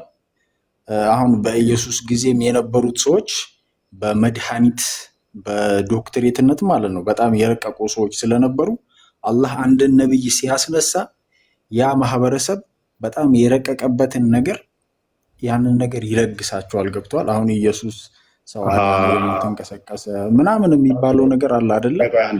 አንዴ ቁርአን ያላህ ቃል ነው ሐርፉ ጭምር ያላህ ቃል ነው ብለህ ነበር። በዛ ዘመን የረቀቁ ስለሆኑ እንደዚህ አይነት ነገር ይለግሳል አልክ። ስለዚህ ያላህ ቃል ቁርአን እቺ አሊፍ ላም ሚም ያላህ ቃል ከሆነ ታይም ማተር ያደርገዋል አላህ ራሱ ማለት ነው። ሰዎች እድሜያቸው እንትን ሲል ከጊዜው አንድ ያስጨርሰኝ። ለምሳሌ የገጠር ሰው የሚናገረውና እየዘመነ ሲመጣ የሚናገራቸው ንግግሮች ይለያያሉ። አራድኛ ቋንቋ እንደሚባለው። ስለዚህ አላህም እንደዛ የሚናገርበት ጊዜ አለ እያልከኝ ነው? ሲረቅና ሳይረቅ አላህ የሚናገርበት ልዩነት አለው ማተር ያደርገዋል እያልከኝ ነው? ምክንያቱም ሰዎቹ አይደሉም ማለት የተናገሩት። የፈለገ ሰዎቹ ቢረቁም ቁርአኑ ላይ ተጽዕኖ ማምጣት አይችሉም። መሀይምም ቢሆኑ ምሁርም ቢሆኑ ሰዎቹ የነሱ ቃል እስካልሆነ ድረስ ቁርአኑ ማተር አያደርገውም። አንተ ግን እያልከኝ ያለው ሲረቅና ሳይረቅ ካልከኝ፣ ስለዚህ አላህም ከሰዎቹ ጋር የሆነ እንትን አለው ማለት ንግግሩ ላይ የሚረቅበትና ማይረቅ የሆነ ጀስ ያራዳ ቋንቋ እንደዚህ ገጠሬ ስትሆን ነገር ማለት ነው። ቁርአን የወረደው ለምንድን ነው? ቁርአን ላይ የወረደው ልንገሰጽበት ልንማርበት አይደለ? ሊያስተምረን ነው። እሺ በስነ ጽሁፍ ምንም የረቀቃችሁ ብትሆኑም ያው ነቢዩላህ ኢሳን አላህ ሲልከው በጣም በሕክምናቸው በጣም ይኮፈሱ ነበር። ገብተዋል። በዛ ዘመን የነበሩ ሰዎች እናንተ እንደዚህ የምትሉ ከሆነ አላቸው አላህ የኔ ነብይ የሞተን መቀስቀስ ይችላል፣ እውርን ማዳን ይችላል ብሎ ከናንተ ይበልጣል። በዛ ዘመን ለነበሩት ማለት ነው። ሙሐመድንም አለይሂ ሰላቱ ወሰላምን ሲልካቸው በስነ ጽሁፍ፣ በግጥም፣ በንግግር በጣም ረቂቆች ስለነበሩ ከናንተ የበለጠ ደግሞ እስከማውቀው ግን መሐመድ ደግሞ ተከታዮች እኔም መጽሐፍም ማንበብም አንችልም ነበር ያለው። አንተ ደግሞ ረቂቅ ናቸው እያልከኝ ነው። ኤኒዌይስ ግን እሺ አረቦች በጣም ይሄ ችግር የለውም። አሁን እቺ አሊፍ ላም ሚም ምን አላህ ለጅብሪል ነግሮታል አይደለ? ኤግዛክትሊ ጅብሪል ደግሞ ለአላህ ለመሐመድ ሶሪ ለሙሐመድ አለይሂ ሰላቱ ወሰላም ኦኬ እንዴት ብሎ ነው የነገረው? ቁርአንን ቀርተሃል ብዬ አስባለሁ። በንግግር ነው። ስለዚህ በድምጽ ነው የነገረው። ኦፍ ኮርስ እስቲ በለው እንዴት ነው እሱ? ቁርአኑ ነው። እሺ ምዕራፍ 2 ቁጥር 1 ነው ያለችው ማለት ነው። አረብኛው ነው። ቢላሂ ሚነሽ ሸይጣኒር ረጂም ቢስሚላሂር ረህማኒር ረሂም አሊፍ ላም ሚም ዛሊከል ኪታቡ ላ ረይበ ፊሂ ሁደን ሊልሙተቂን። በቃ ስለዚህ እንዲህ ብሎ ነው አላህ ለጅብሪል የነገረው ማለት ነው። ጅብሪል ደግሞ ለሙሐመድ። ስለዚህ አንተና አላህ ትመሳሰላላችሁ ማለት ነው። እኔና መሐመድና ጅብሪል ይመሳሰሉ ነበር። ድምፅ አወጣጣችሁ ላይ ተመሳሳይ ናችሁ። መሐመድና ጅብሪል ይመሳሰሉ ነበር። መልካቸው ባይመሳሰል አንድ አይነት ነው። አቀራራችሁ ግን አንድ ነው። አላህም እንደኔ ምን ይፈልጋል? አይ አፈጣጠራቸው አንድ አይነት ነው። መሐመድና ጅብሪል አንድ አይነት ናቸው። አፈጣጠራቸው አንድ ነው። አልወጣኝም። ነገር ግን እንዳንተ እሱ ድምፅ የሚፈልግ እንዳንተ የሚያዜም ከሆነ ይሄ ፍጡር ባህሪ ነው። አንተ አሁን ስቀራ የሰማሁህ ምንድነው? ሳውንድ ዌቭ ስላለ ነው። ምላስህ ተጋጭቶ ድምፅ ቮይስ ስለፈጠረ ነው። ስለዚህ ነው ፍጡር አሁን እኮ እፎይ እንደምትለው ሶሪ በድር ያደረግኩኝ። በነገራችን ላይ እፎይ ጎበዝ ነህ። በጣም ነገራቶችን ጠለቅ ብለህ መማር መረዳት የምትፈልግ አይነት ሰው ነው። ብዙ ጊዜ አንዴ ምን አለ ነገራቶችን ወይም መጽሐፍን ስታብራራ ወይም ስለ አላህ ሲፋቶች ስለ አላህ ማንነት ስታወራ ሁሌ የምትጠቀመው ሎጂክ ነው። በቃ አንተም በመሰለህ መንገድና በሰውኛ ምናምን አይነት ነገር ማለት ነው። እንደዛ አይደለም። መልሱ ላይ የቶፒክ ታውቀዋለህ። 8ኛው ሴንቸሪ ላይ ጀምሮ ከተነሳ በኋላ ሆት ቶፒክ ነው። ሜይ ቢ የምታውቀው ከሆነ እስከ መገዳደል የተደረሰበት ነው። ምክንያቱም ይሄ ቶፒክ ክርስቲያኖች እኛ ክርስቶስ በስጋ የተገለጠ የእግዚአብሔር ቃል ነው ብለን እናምናለን። እሱም ፍጡር አይደለም፣ ቃሉ አካላዊ ነው። እንደኛ ድምፅ አይደለም፣ መፍጠር የሚችል ነው። የእግዚአብሔር ቃል የሚፈጥር ነው። ያ ቃል አካላዊ በስጋ ተገልጧል ብለን እናምናለን። እናንተ ደግሞ ያለ ቃል ቁርአኑ ላይ ሰፍሯል፣ እርሱም ፍጡር አይደለም ብላችሁ ታምናላችሁ። ይሄ ሆት ዲቤት ነበረ። ኢየሱስ ራሱ ቃል አይደለ እንዴ? እናንተ ራሱ የምታምኑት እኛማ እንደዛ እናምናለን። ስለዚህ ቃሉ ነው አይደለም የሁን ሚል የለም ቁርአንህ ላይም የለም። እኛም የሁን ቃል ነው ብለን አናምንም። ራሱ ቃል ነው፣ ራሱ ቃል ነው። ቁርአንህ ላይም ሱራ አንድ ላይ ያዘዘው ቃል ነው። ፕሊዝ እንደዛ ሚል የለም። መፍታ ከነቢያት ውስጥ በእስልምና ውስጥ ያላ ቃሉ ተብሎ የሚጠራው ኢሳ ብቻ ነው። ያላ ቃል ፍጡር አይደለም። ያላ ቃል ተብሎ የሚጠራ ኢሳ ብቻ ነው። ወደ እኛ ስመለስልህ እኛ የእግዚአብሔር ቃል አካላዊ ነው። እሱ በስጋ ተገለጠ፣ ከማርያም ስጋና ደምን ነስቶ የመለኮት ሙላት በሰውነቱ ተገልጦ ታየ፣ ተዳሰሰ ብለን እናምናለን። እናንተ ደግሞ ያላ ቃል ስለዚህ ጌታ ነው። ቆይ የእናንተ ደግሞ ያላ ቃል ፍጡር አይደለም። እርሱም በወረቀት ላይ የምታየው አሁን ፍጡር አይደለም ብለህ ታምናለህ። እሺ ቃሉ ስጋ ለብሶ ተወለደ አልና አይደለ? ስለዚህ እንደዛ ስለሆነ ፈጣሪ ነው እሱ አሁን ጌታ ነው ሆነ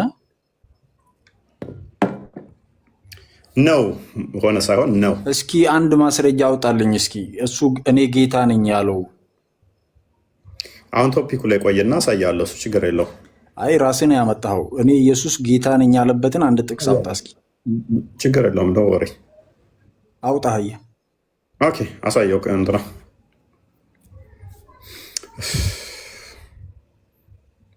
እዚህ ጋር እሺ፣ አንድ ጥያቄ ልጠይቅህ። አሁን አንተ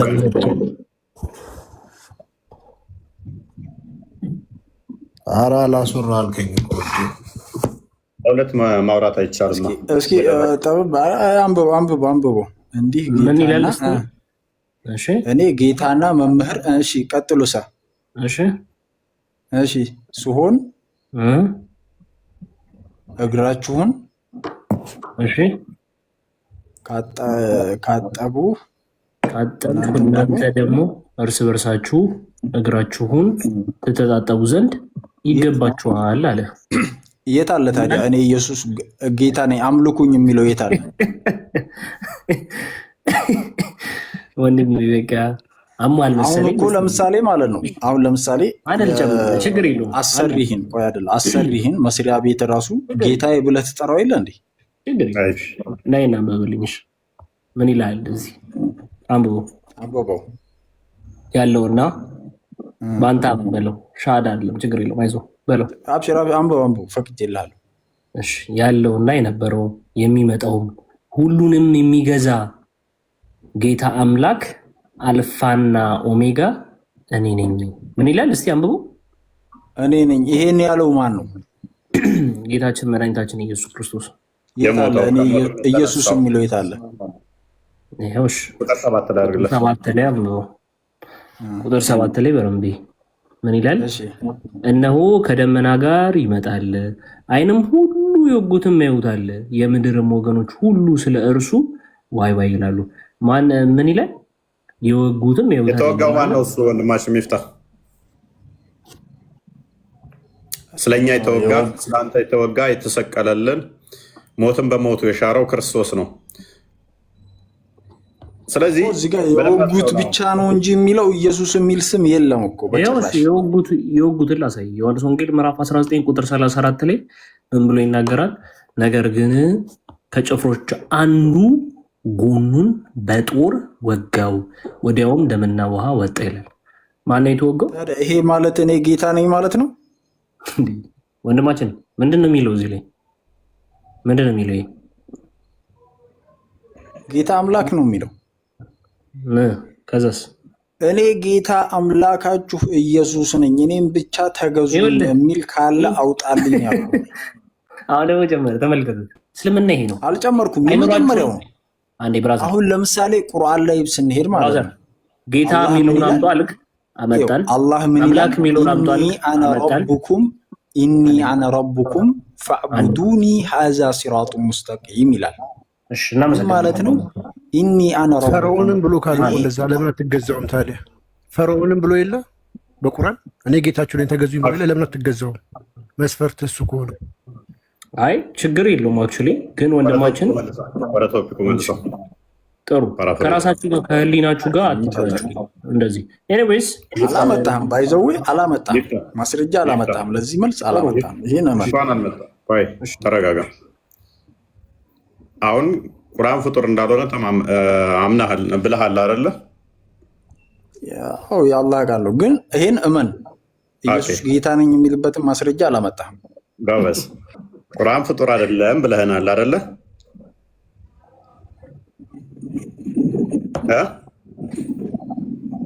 አይሰማም። ፍጡር አይደለም ግን እመን አንተም አላመጣህም። መልካም። አይ አይደለም ከቁርአን ወይ እንዴት ነህ? ደህና ናችሁ? ወይ ባቆይ ተቀጥያለሽ። አንዴ ይቅርታ። አይደለም ከቁርአን ላይ ትርክ እያስቸገረኝ ነው። ፌክ ይቅርታ ጋር አንድ ጥያቄ ብቻ ጠይቄ ልውረድ። እሺ አንዴ ቆይ አንዴ። አይደለም ከቁርአን ከሐዲስ ላይ ቁርአን ፍጡር አይደለም የሚል ስጠኝ እስኪ። ነብይ የተናገረውን ከቁርአን አይደለም ከቁርአን ከሐዲስ ራሱ አንጣልኩ። ቁርአን ላመጣልህ እችላለሁ። ቀጥል አሳየኝ። ፍጡር አይደለም የሚል ያው ይክፈትልህ መፈማችል ከሆነ እሺ ቆይ ቢስሚላህ ማርያም ላስታውስ። የትኛው የቁርአን ክፍል ላይ ልክፈትልህ? ከሱረቱል አልፋቲሃ ጀምረ እስከ ሱረቱል ናስ ድረስ የትኛው?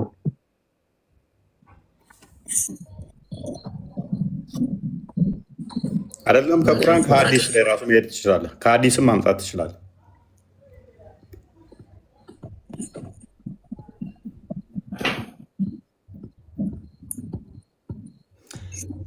እሺ ሱራና አያቱን እንኳን ማስታወስ አልቻልኩም። እሺ ከታች እስኪ የምታውቁ ካላችሁ ጻፉልን። ምን ይላል መሰለህ? ሀዛ ቀውሉል ሐቂ ብሎ ይናገራል። ይሄ የአላህ ንግግር ነው የሚል ማለት ነው። እኔ ሱራና አያቱን ማስታወስ አልቻልኩም። አሁን ሊመጣልኝ አልቻለም። ከታች ይጽፉልናል የሚያውቁ ካሉ ማለት ነው። በለው እስኪ አንዴ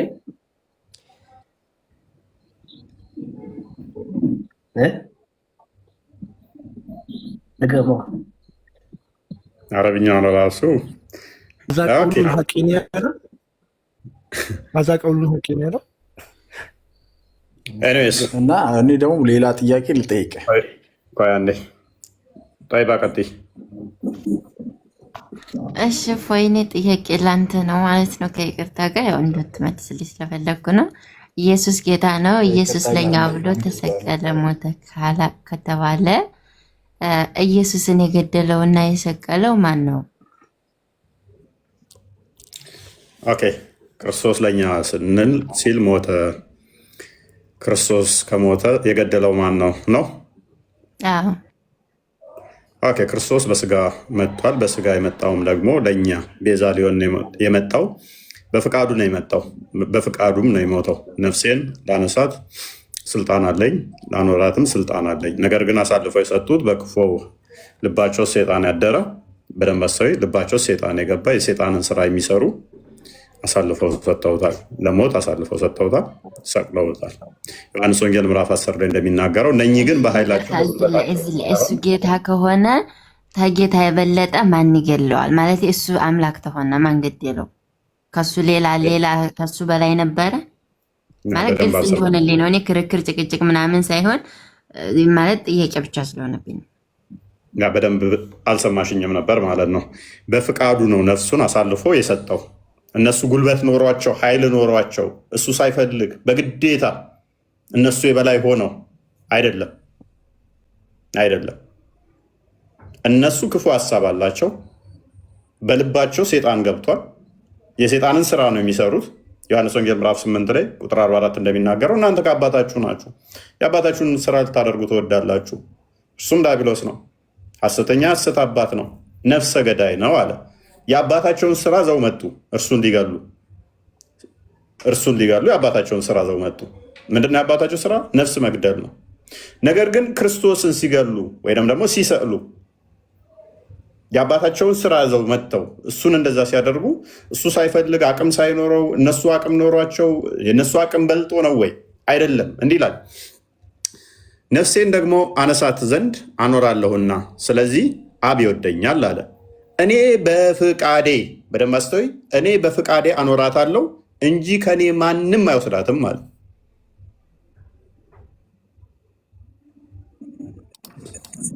ነፍሱን የማንሳት የማኖር ስልጣን አለ። ማንም ከሱ ሊወስድ አይችልም። በፍቃዱ ነፍሱን አሳልፎ በመስቀል ላይ ሰጠ።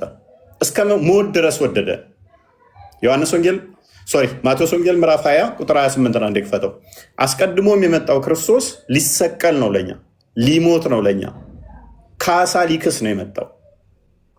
ለምሳሌ አንድ ሰው የሆነ ልጅ ቢመታችሁ እንደምትመቱት እንደምታሸንፉት ታውቃላችሁ።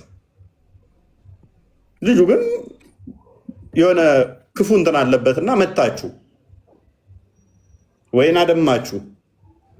ያደማችሁ ማለት እናንተ ጡንቻ እያላችሁ አቅም እያላችሁ አልመታችሁትም ማለት ያሸንፋችኋል ማለት ነው። አሳልፋችሁ ራሳችሁን ዝም ስላላችሁ። እንዲሁም የሰው ልጅ ሊያገለግል ነፍሱንም ለብዙዎች ቤዛ ሊሰጥ እንጂ እንዲያገለግሉት አልመጣም ማለት። ክርስቶስ የመጣው እኔ ጌታ ነኝ ንጉሥ ነኝ ና ተገዛኝ እያለ ሊኮረኩመን አይደለም። ሊኮረኩማቸውም አይደለም። ሊያገለግላቸው ነው የመጣው። ነፍሱንም ቤዛ ሊሰጥ ነው የመጣው። ሊሞት ነው የመጣው። ክርስቶስ የመጣው እስከ ሞት ድረስ ቤዛ ሊሆን ሊያገለግል ምሳሌ ሊሆነን።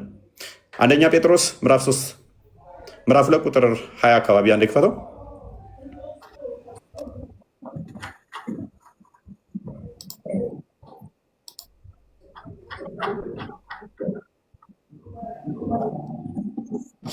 ሁለተኛ ጥያቄ ደግሞ ኢየሱስ መንፈስ ነው በስጋ እንጂ አይታይም ካላችሁ ማን ሳለው ስዕሉን? መጀመሪያ እሺ፣ በስዕልስ እንዴት ሊታይ ይቻለ?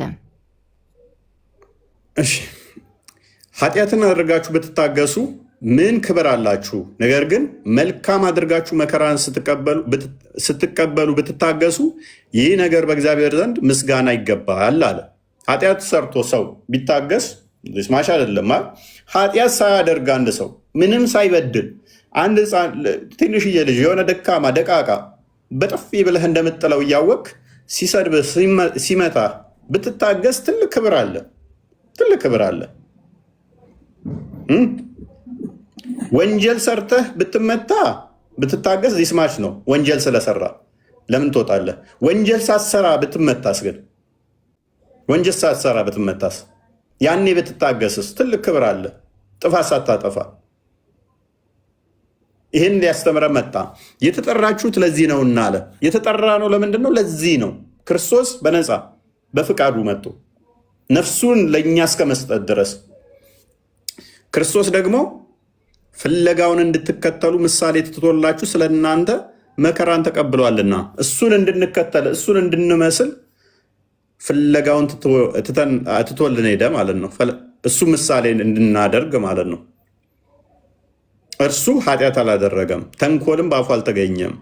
ሲሰድቡት መልሶ አልተሳደበም፣ መከራንም ሲቀበል አልዛተም። ነገር ግን በጻድቅ ለሚፈርድ ራሱን አሳልፎ ሰጠ። ሁላችን እንደዚህ እንድናደርግ ምሳሌ ትቶልን ሄደ ማለት ነው እንጂ የአቅም ጉዳይ አይደለም።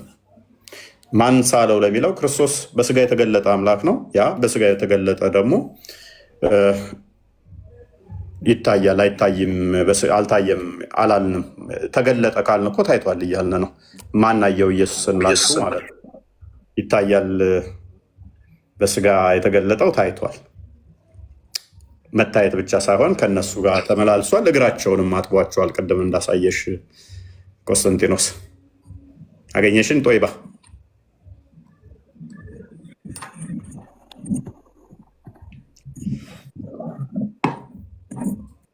ጦይባ ተመለሽ። ጦይባ ሰላም ብያለሁ። መዝሙር ያረት አይ ቲንክ ኔትወርኳ እያስቸገራን ነው። ወደ ቶፒኩ መልሰው። መልካም እንግዲህ እግዚአብሔር ይመስገን። ቀርታሽ ችግር የለም። ሰላም ብያለሁ ዲያቆን፣ እንኳን ሰላም መጡ። እንዴት ነው? መልካም። ዛሬ ላይ እያየን ያለነው ምንድን ነው?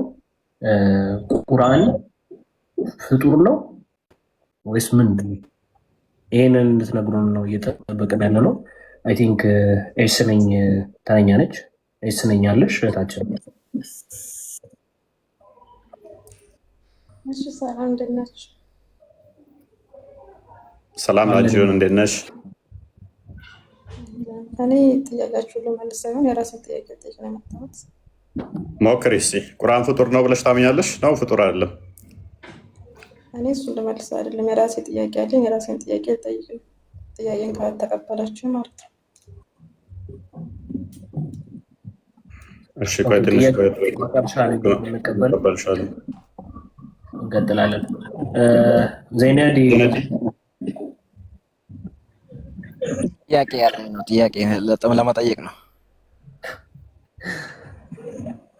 ጠይቃላችሁ። ቅድሚያ ቁርአን ፍጡር ነው ብሎ የሚያምን አለ ከእናንተ ውስጥ?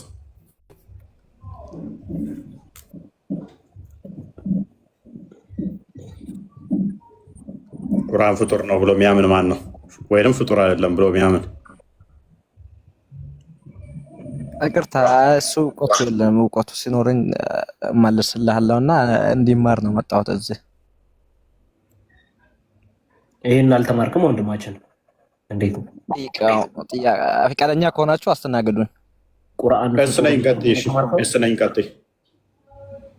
እሺ እኔ ጥያቄ ልጆች ተወልዶ ማለት ያኔ ህፃን ልጅ ሴት ልጅ በ80 ቀኗ ወንድ ልጅ በ40 ቀኑ ለምንድን ነው ክርስትና የሚነሱት? መጀመሪያ ምን ነበሩ ሲፈጠሩ? ኦኬ ቢኒ አለ ቢኒ ወይ መዝሙር ያሬድ አለው። እሺ አጠራርግና መልስበት። እሺ ዲያቆንም አለሽ እህታችን። እሺ ወንድ ልጅ በ40 ቀኑ ሴት ልጅ በ80 ቀኑ ቀናቸው ለምንድን ነው የሚጠመቁት? የሚጠመቁት የእግዚአብሔር ልጅ ለመሆን የስላሴ ልጅ ለመሆን። ሰው መጀመሪያ ሲወለድ ከእናት ከአባቱ በስጋ ይወለዳል። ከዛ ደግሞ በመንፈስ መወለድ አለበት። የእግዚአብሔር ልጅ ለመሆን ደግሞ ከመንፈስ ቅዱስ በጥምቀት በኩል መወለድ አለባቸው። ስለዚህ ከዚህ አንጻር ይወለዳሉ። ለምንድን ነው ወንድ ልጅ በ40 ቀኑ የሚጠመቀው? እንግዲህ እንደ እኛ አስተምሮ እንደ ኦርቶዶክስ አስተምሮ አዳም በተፈጠረ በ40 ቀኑ ወደ ገነት ገብተዋል ብለን እናምናለን። ሔዋን ደግሞ በ80 ቀኑ ነው የገባችው። ስለዚህ ከዚህ አንጻር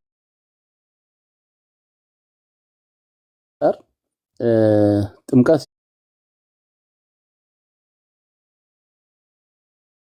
ሳይሰማ አያምንም። ከሰማ በኋላ ነው የሚያምነው። ስለዚህ ስለ እምነት እየጠየቅሽኝ ህፃን ልጆች አማኝ ናቸው እንደዚህ ናቸው ምናምን አይባሉም። ይሄ ትክክል አይደለም ጥያቄው ራሱ። ምክንያቱም ህፃን ልጅ ምንም የሚያምነው ነገር የለም። ህፃን ልጅ እንደተፈጠረ ነው ያለው። ግን በቤተሰቦቹ እምነት ሆኖ ሊጠራ ይችላል፣ ወይ በቤተሰቦቹ እምነት ሆኖ ሊወለድ ይችላል። ከቤተሰቦቹ ከክርስቲያን የተገኘ ልጅ ክርስቲያን ነው፣ ከሙስሊም የተገኘ ልጅ ሙስሊም ነው በሚለው። ስለዚህ ያ ልጅ ሲጠመቅ የእግዚአብሔር ልጅነት ነው የሚያገኙት። አሁን ክርስትና የሚባለው ወይም ደግሞ ጥምቀት የሚባለው ሃይማኖት የሚሰጥበት ወይም ደግሞ ከሆነ ሃይማኖት ወደ ሆነ ሃይማኖት የሚመጣበት ሳይሆን የእግዚአብሔር ልጅነትን ዮሐንስ ምዕራፍ 3 ቁጥር 5 ጀምሮ አንብብላት ቆስጥዬ። እሺ ዮሐንስ ወንጌል ምዕራፍ 3 ላይ ያው ኦኬ ጌታችን መድኃኒታችን ኢየሱስ ክርስቶስ ኒቆዲሞስ በዛ ሌሊት መጥቶ በነገረው ሰዓት እንዲህ ብሎት ነበረ።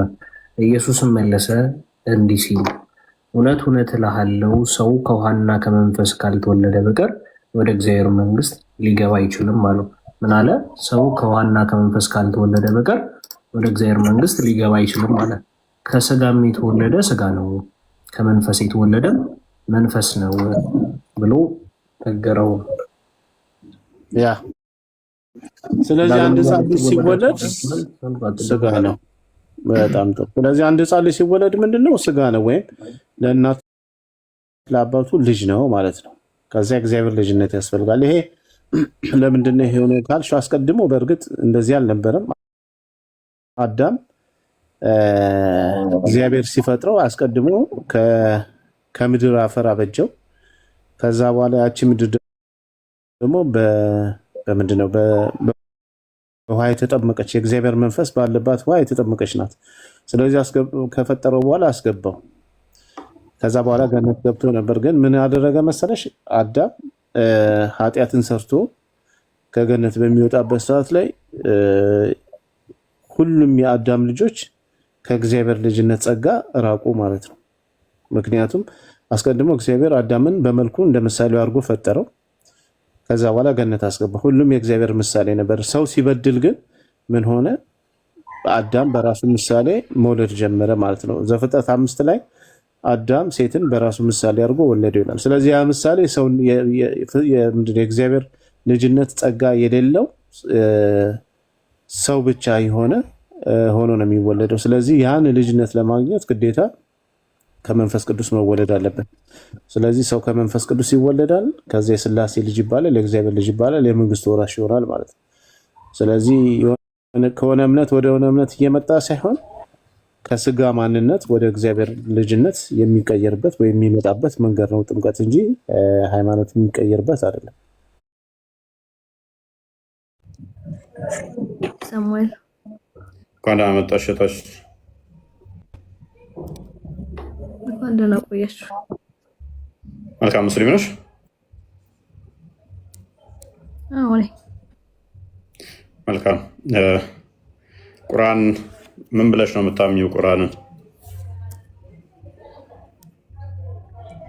ፍጡር ነው ፍጡር አይደለም ብለሽ ነው የምታምኚው? ያላህ ቃል ነው ብዬ ነው። ኦኬ ያላህ ቃል ነው ፍጡር ነው ፍጡር አይደለም። ኦኬ ያላህ ቃል ነው ስትል ኦልራይት ሐርፉን ያካትታል ፊደላቶቹን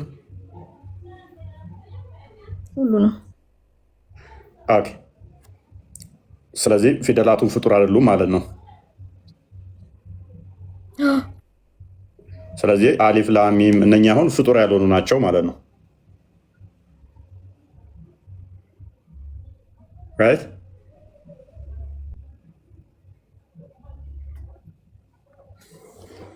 ይሰማሻል? ናቸው ማለት ፍጡር አይደሉም አልሽኛ? ይሰማል። ፍጡር አይደሉም ማለት ያልሽኝ? ፍጡር አይደሉም። መልካም። በእስልምና ስንት ነው ፍጡር ያልሆኑ ያሉት? ማለት አላህ ፊደላቱን ነው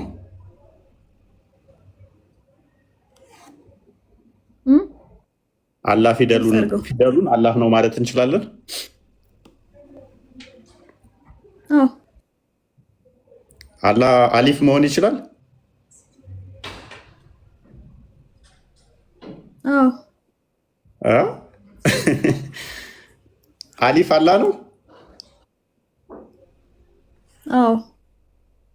እችነችና ስንት አላህ ነው ያለው? አንድ አላህ ነው ያለው። ኦኬ አሊፍም አላህ ነው። ሚምስ አብሪቬሽን ሶስቱ አሊፍ ላም ሚምስ ኦኬ እነኛ አብሪቬሽኖቹን አላህ ነው ማለት እንችላለን? ፐርሰን አድርገናቸው አብሪቬሽን ናቸው እኮ እነኛን አብሪቬሽኑን አላህ ነው ብለን መጥራት እንችላለን? አላህ ነው ብለን መጥራት እንችላለን ወይ? አሊፍ ሚንስ አላህ፣ ላም ሚንስ ላጢፍ፣ ሚም ሚንስ ማጂድ የአላህ ስሞች ናቸው። ሶስቱም በአብሪቬሽን የተቀመጡት። ከምንድን ነው ያገኘሽው? መለስኩልህ አይደለ? መለስ ያለብኝ ምን ላይ ነው ያገኘሽው ይሄን ትርጉም?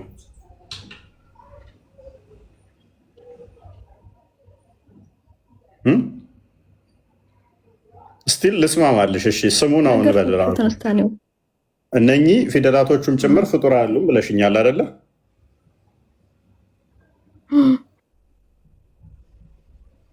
አሊፍ ላም ሚም ይሄ አላህ ነው ብለን መጥራት እንችላለን? ይሄንን አልገባኝም። አጠያየቅ ፍጡር አይደለም ይሄ አሊፍ ላም ሚም አልሽኝ አይደለ? ይሄ ፍጡር አይደለም አልሽኝ። የአላህ ስሞች ናቸው አልኩህ እኮ። ምን ላይ ያገኘሽው እንደዛ ሚል? ፍጡሩም ሳይሆን የአላህ ስሞች ናቸው ነው ያልኩህ። ቀጣዩን አሁን መጠየቅ እፈልጋለሁ። የጠየቅከኝን መልሻለሁ። ልስማማሽ ጥያቄ ያለ ሾርት አጭር ጥያቄ ልስማማሽ። የአላህ ስሞች ናቸው። የአላህ ስሞች በፊደላት አሊፍ ላም የሚለው በአብሪቬሽን የተቀመጠው ፍጡር ነው ፍጡር አለ? ቁርአን ነው አይደለ? አዎ ነው። ቁርአን ደግሞ በድምፅ ነው የመጣው አይደለ? ጅብሪል ለሙሐመድ ያለህን ቃል ሲናገር አሊፍ ላም ሚም ሚንስ ኢትስ አብሪቬሽን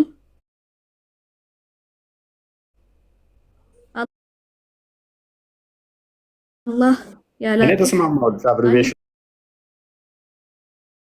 ነው ብዬ ግን ኪታቡ ለረይብ እንደዛ ግልጽ እኮ ነው።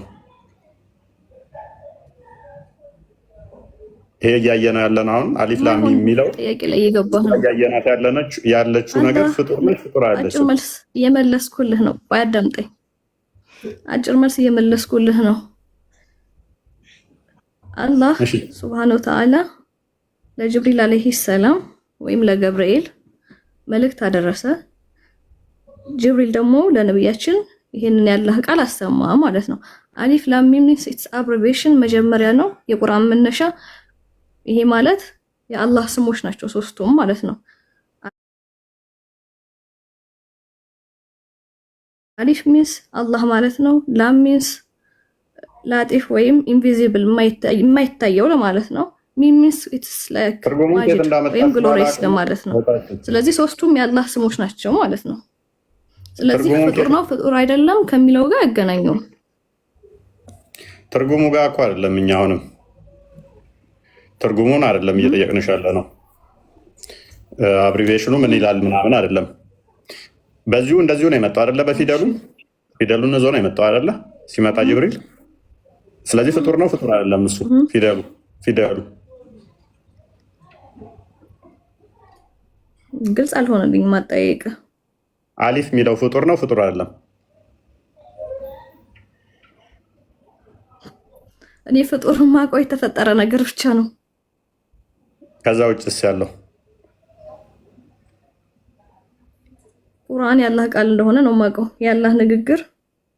ስለዚህ የአላህ ንግግር ምንድን ነው ብለሽ የምታምኚው? ንግግር ነው። የአንቺ ንግግር ምንድን ነው? ፍጡር ነው ፍጡር አይደለም? ንግግር ነው እንጂ ፍጡር አይደለም። የተፈጠረ አይደለም። ንግግር ነው እና የተፈጠረ እርግጠኛ ነሽ? ንግግሬ ቃል ነው እንጂ ፍጡር አይደለም። አንቺ ንግግር ከአንቺ የተገኘው የተፈጠረ አይደለም ማለት የሆነ ነገር ፍጡር ለማለት ማለት ነው። ሊፈጠር ይገባዋል እና አልተፈጠረም እንደ አንቺ ቃል። እሺ አሁን ወደ ጥያቄ ልግባ። እናንተን መጠየቅ የምፈልገው ነገር አለ። የተፈጠረ ነው አይደለም የአንቺ ቃል?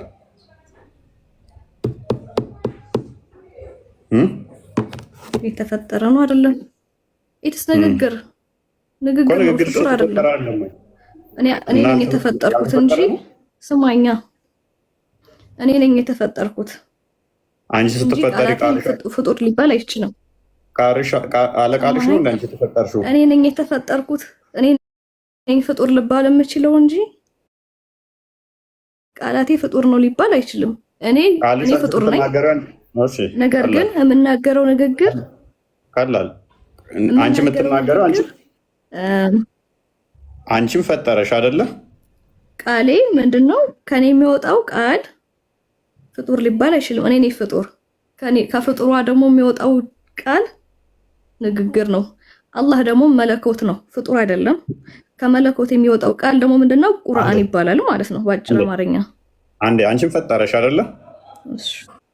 አንቺ የምታደርጊው፣ አንቺ የምትሰሪው፣ አንቺ የምትናገሪው የተፈጠረ ነው የተፈጠረ አይደለም? የተፈጠረ ነው አይደለም? ድርጊት ነው።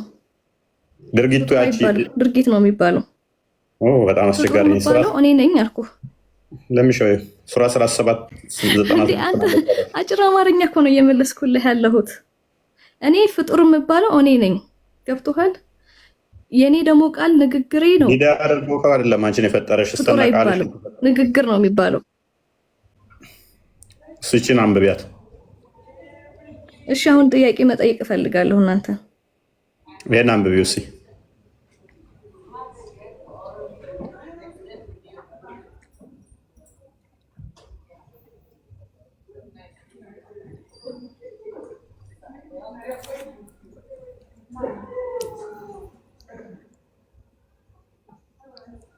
ሱራ ስንት ላይ ነው? ሱራ 17 ከመጀመሪያው ጀምሮ አንብቡ። መሀል ላይ አንቀጽ ሲቆራረጥ ጥሩ ስለማይመጣ አርግላት። ከመጀመሪያ ከቁጥር 1 አዎ 96 መሀል ላይ ቆርጣ ልትናገር አትችልም። የሆነ ነገር ከመጀመሪያው ምን አለበት? የሆነ ነገር ስታነብ 96 ያልታነቢ ግድ ነው። ይመችሽ ግድ ነው። አንቺ ራስሽ ይደክምሻል። አጨርሽው። አንቺ ራስሽ አጨርሽው። አይደክመኝም። ምክንያቱም ማወቅ ያለብህ ከመጀመሪያው ነው ማንበብ ያለብህ። 96 ያንብብ። መሀል ላይ ቆርጦ ትርጉም ሊሰጥ አይችልም። የሆነ ነገር ቢያስበሽዋል መስጊድ ራሱ አይነበብም። ኦኬ የእናንተ አሁን ለምሳሌ የእናንተ መጽሐፍ ቅዱስ ላይ የሆነ ነገር ቆርጬ ብሰጥህ ትርጉም ይሰጥሃል አይሰጥህም? መሀል ላይ ያለው ነገር ይሄ እንደዚህ ነው ብዬ ብሰጥህ ከመጀመሪያው ሳታነብ ያው ከ96 ያን አንብብ ማለት ግን በጣም ማይክሽን አጅና አንብቢው አንቺ። ኦኬ ኢትስ ኦኬ። እሺ 96 20 ግን እናንተን የምጠይቀው ጥያቄ ያለኝ እችን አጭር ጥያቄ መልስልኝ። ትጠይቂያለሽ። ለማንኛውም ምንድነው እሱ አንቺ የምትሰሪውም አንቺ የምታደርጊው ማንኛውም ነገር ፍጡር ተብሎ የሚጠራው ፍጡር አይደለም ሊባል አይችልም። ማንኛውም ነገር ከአንቺም የሚወጣው አላህ አንቺን ሲፈጥርሽ መቼም አለቃ ዲዳ አድርጎ ነው የፈጠረኝ ብለሽ አታምኝም ብዬ አስባለሁ። ስተነቃልሽ ነው እኔ ነኝ ፍጡር ስትይ ቃልሽ ያሌለ ያለ ቃልሽ ዲዳ አድርጎ አይደለም የፈጠረሽ። ቃልሽም ጭምር አንቺ በአንቺ ውስጥ ፍጥረትሽ ውስጥ ስለሚካተት ማለት ነው። ሌላውም ነገሮችሽን እዛው ስለሚመጣ ማለት ነው። ስለዚህ ይሄ ምንድን ነው የሚለው ማለት ይሄ ምንድን ነው የሚለው አንብብልኝ። ይሄ ምንድን ነው የሚለው አሁን ቲክ ያደረገበት ቦታ ላይ አላህ እናንተንም የምትሰሩትንም የፈጠረ እናንተንም የምትሰሩትንም የፈጠረ ሲሆን ማለት ይሄ እኮ ማለት አላህ እናንተንም እኛን የፈጠረ ነው። ይሄ የታወቀ ነው፣ ግልጽ ነው። የምንሰራውን የምንናገረውን ሳይሆን የምንሰራውን ነው። ኦልሬዲ የምንሰራቸውን ነገሮች አላህም የፈጠረን እኛን ሰርቶ ነው አይደለ ፍጡር የተባልነው። ንግግርሽም ድርጊት ነው ወጣችን። አላህም ግልጽ ነው፣ ግልጽ እኮ አማርኛ ነው ይሄ። አላህ እናንተንም አለ እናንተንም እኛንም ማለት ነው ነገር የፈጠረሽ እሱ ነው መደረቢ የምትሰሩትንም ነው ያለው። ገብቶሃል እኮ የምታደርጊው ነገር የምትሰሩትንም ነው እህታችን። እንዴት ነው እሷ እንግባባም። ስለዚህ አንተ ንግግር ፍጡር ነው ልትል ነው። አንድ መምህር ሲያስተምርሽ እየሰራ ነው አይደለም ለአንቺ እና ፍጡር አይደለም ብለሽ የምታምኚው ንግግርሽ ፍጡር አይደለም። ንግግር ነው ብዬ ነው ማምነው እንጂ ፍጡር ነው ብዬ አላስብም። እንግዲህ ያው እናመሰግናለን። ስለዚህ እናመሰግናለን። ተስማማው። እንደውም እንዴት ተስማማው መሰለሽ? አሁን ተስማማው ታውቂያለሽ? እንዴት እንደተስማማው ታውቂያለሽ? እሺ ያላ ንግግር ብቻ ይመስለኝ ነበረ ፍጡር ያልሆነ። ለካ የኛም ንግግር ፍጡር አይደለም። ስለዚህ አላህ አምሳያ አለው ማለት ምክንያቱም ንግግር ነው እንጂ ፍጡር አይባልም ብለሻል። ስለዚህ አላህ ንግግር ብቻ አይደለም ፍጡር ማይባለው፣ የኔም ንግግር ፍጡር አይባልም። አንተ እኮ ፍጡር ነው ያልከው አይደለ? ጥያቄ መጀመሪያውንም ያላህ ንግግር ፍጡር ነው እንዲያልከኝ አይደለም አልኩ። ያላህ ንግግር ቁርአን ነው፣ ቁርአን ማለት ያላህ ንግግር ነው አልኩ አይደለ? ስለዚህ እኔና አላህ ተመሳሳይ ነን ማለት ነው። የኔም ንግግር ፍጡር ስላልሆነ የሚለየን ምንድነው? ንግግራችን አላህ መለኮት ነው፣ እኛ ኦልሬዲ ስጋ ነን። አላህ ግን መለኮታዊ ኃይል ያለው እስቲል ግን እኔ እንደምናገረው ይናገራል። የኔም ንግግር ስጋ ነን፣ ፍጥረት ነን። ፋይን እኛ ፍጥረት ነን። አላህ ደግሞ ፈጣሪ ነው፣ መለኮት ነው። እሺ ስለዚህ የኔም ንግግር ፍጡር አይደለም፣ የእሱም ፍጡር አይደለም። እሱም በሐርፍ ነው የሚናገረው፣ እኔም በሐርፍ እናገራለሁ። እሱ ድምፅ ያስፈልገዋል ለመናገር፣ እኔም ድምፅ ያስፈልገኛል ለመናገር። የፍጡር ባህሪ ማለት ነው። ድምፅ እነዚህ ሶስቱን ስቴቶች ራሱ ማለፍ ይፈልጋል።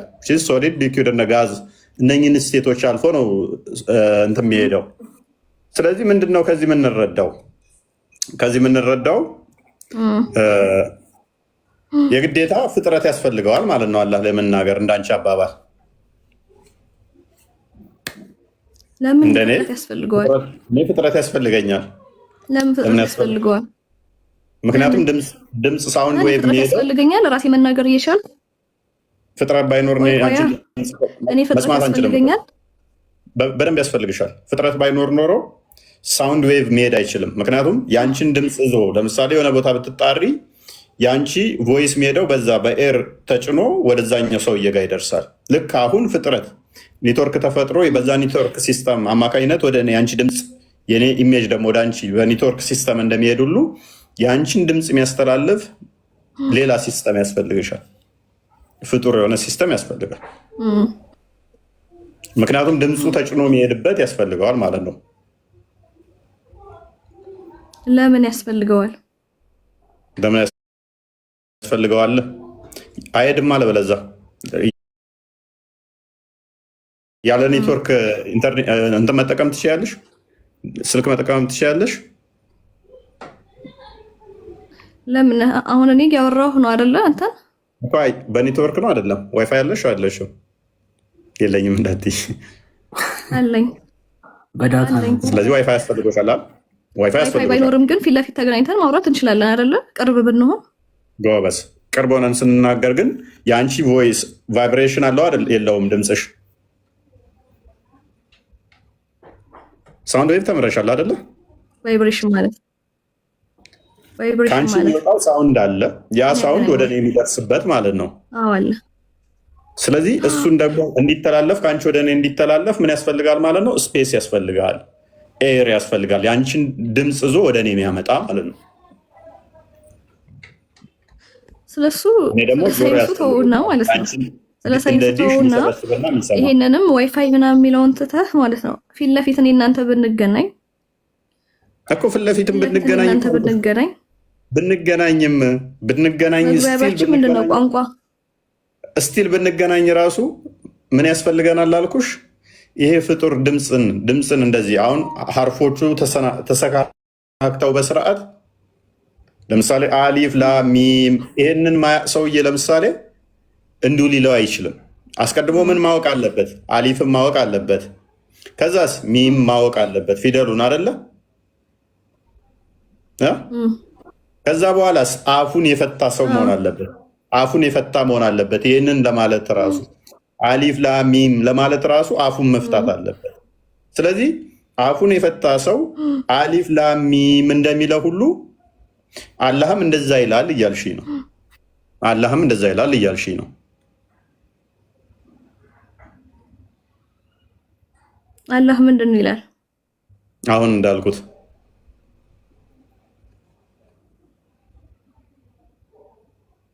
ይሄ ማለት እኮ ማለት ነው አላህ አሊፍ ላም ሚም ይላል ማለት አይደለም።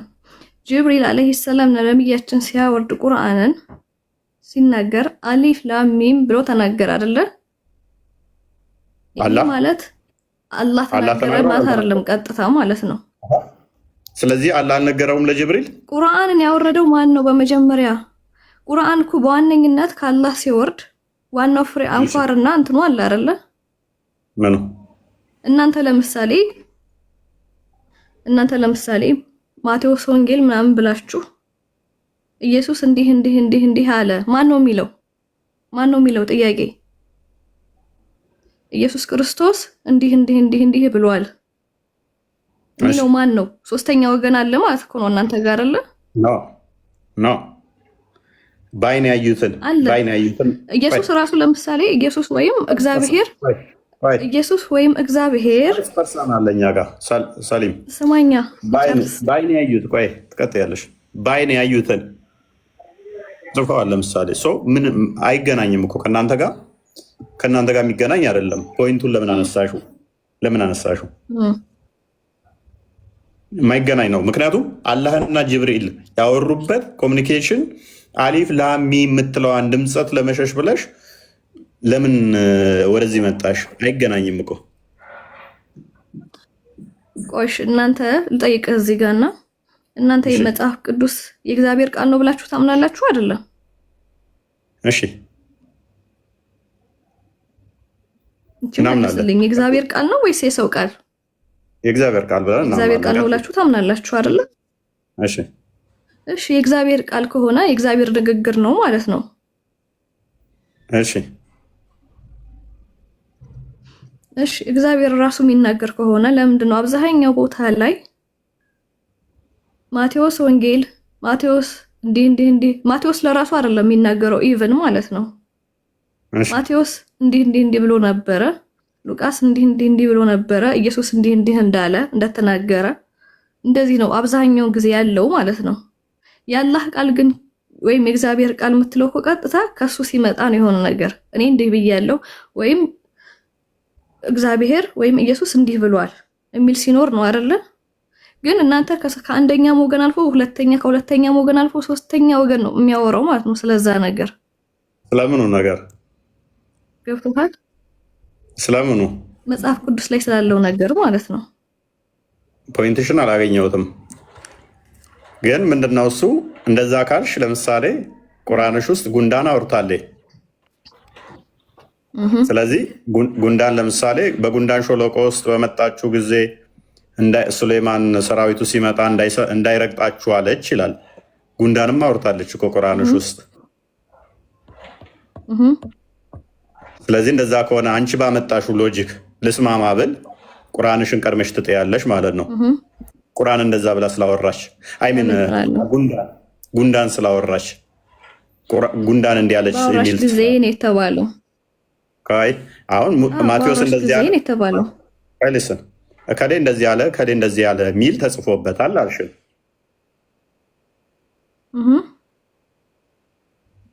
ከሌ እንደዚህ ያለ ከሌ እንደዚህ ያለ አንተ ባልከው ሎጂክ ነው እየሄድኩ ያለሁት። ገብቶሃል? ኖ አንተ ያልከው ባልከው ሎጂክ ነው እየሄድኩ ያለሁት። ሰሊም እኔ ላንቺ ብዬ ዝቅ ብዬ የኔ አስተምሮ እንዳንቺ ቢሆን እንኳን ብዬ ነው። ግን አይደለም አንቺ እንዳልሽው አይደለም የኔ አስተምሮ ቢሆን እንኳን ብዬ ተስማማውና ቀድመሽ ግን ቁርአን መጣል አለብሽ። መጽሐፍ ቅዱስ ላይ ለምሳሌ ማቴዎስ እንዳለው ሚል አለ፣ ከሌ እንዳለው ሚል አለ አልሽ። እንደዛ ከሆነ ቁርአንሽ ውስጥ አጋንንቶች እንዳሉት ሚል አለ፣ ጉንዳን እንዳለችው ሚል አለ። በጉንዳን ሸለቆም በመጣችሁ ጊዜ አንዲት ጉንዳን እናንተ ጉንዳኖች ሆይ ወደ መኖሪያችሁ ግቡ፣ ሱሌማንና ሰራዊቱ እነርሱ የማያውቁ ሲሆኑ አይሰባብራችሁ አለች። አሁን ጉንዳን ከሱሌማን ወይም ሰለሞን ከሚሉት ጠቢብ ከመተባለው ይልቅ ምሁር ሆና ጉንዳኗ ማያውቀው ሱሌማን ከሰራዊቱ ጋር መጥቶ እንዳይረግጣችሁ ወደ ጉድጓድ ግቡ ብላ ታዛለች። ጉንዳን ማለት ነው። ስለዚህ ጉንዳኗ ነች የተናገረችው ያለ ይሄንን ነው ወይንስ አላህ ነው? ባለች ጊዜ የሚል ነገር ይኖራል። ከመጀመሪያ ስታነብ ቁርጥ አታንብቡ ብያለሁ። ሆነ ስታነብ የሆነ ነገር ከመጀመሪያ ጀምረህ አንብብ። አነበብኩት እኮ ያው መሀል ላይ ለሱሌማንና ለሰራዊቶቹ ለሱሌማንም ሰራዊቶቹ ከጋኔን መሀል ላይ አትጀምር። መሀል ላይ አትጀምር። የሆነ ነገር ከመጀመሪያው ጀምረህ አንብብ። መጀመሪያ ከመነሻው ጀምሮ ምንድን ነው የሚለው ማየት አለብህ። እኔ መሀል ላይ ቆርጬ የሆነ ነገር በሰጠ ትረዳለህ አትር? እሺ ለምሳሌ አንድ ጥያቄ ልጠይቅ ካንተና መሀል ላይ ቆርጬ ልስጥ የሆነ ነገር ያንን ትረዳኛለህ አትረዳም? ችግር የለውም። አውዱ ሌላ ነገር የለውም። ጥያቄ ልጠይቅ ከእናንተ መሀል ላይ ያየሁትን መሀል ላይ ቆርጬ የሆነ ነገር ያየሁትን ልጠይቅ። አዳምጫ እንዴ? እሺ ይሄ አውዱ አንቺ እኮ ቼክ የማድረግና ምላሽ የመስጠት የአንቺ ግዴታ ነው፣ የኔ አይደለም። የተናገረችው ማን ጉንዳን ነች። ለምንድን ነው የተናገረችው? ሱሌማን ከሰራዊቱ ጋር ሲመጣ እነርሱ ማያውቁ ሲሆኑ እንዳይረግጧችሁ ወደ ሸለቆ ግቡ ብላ ትላለች። ስለዚህ ይሄ ፍጡር ነው ፍጡር አይደለም? እሺ በቀላሉ ይሄ ንግግር ፍጡር ነው ፍጡር አይደለም? ላቅልልሽ። ምን ማለት ነው? ፍጡር ነው ፍጡር አይደለም ማለት? ንግግርና ፍጡርን ለምን ታገናኘዋለህ? መጀመሪያ ንግግር ሁሉ ፍጡር አይደለም ብለሽ ነው የምታምኘው? ንግግርንና ፍጡርን ለምን ታገናኛለህ? ንግግር ሁሉ ፍጡር ነው ፍጡር አይደለም? ራሱን የቻለ ንግግር ነው። ስለዚህ ንግግር ፍጡር አይደለም?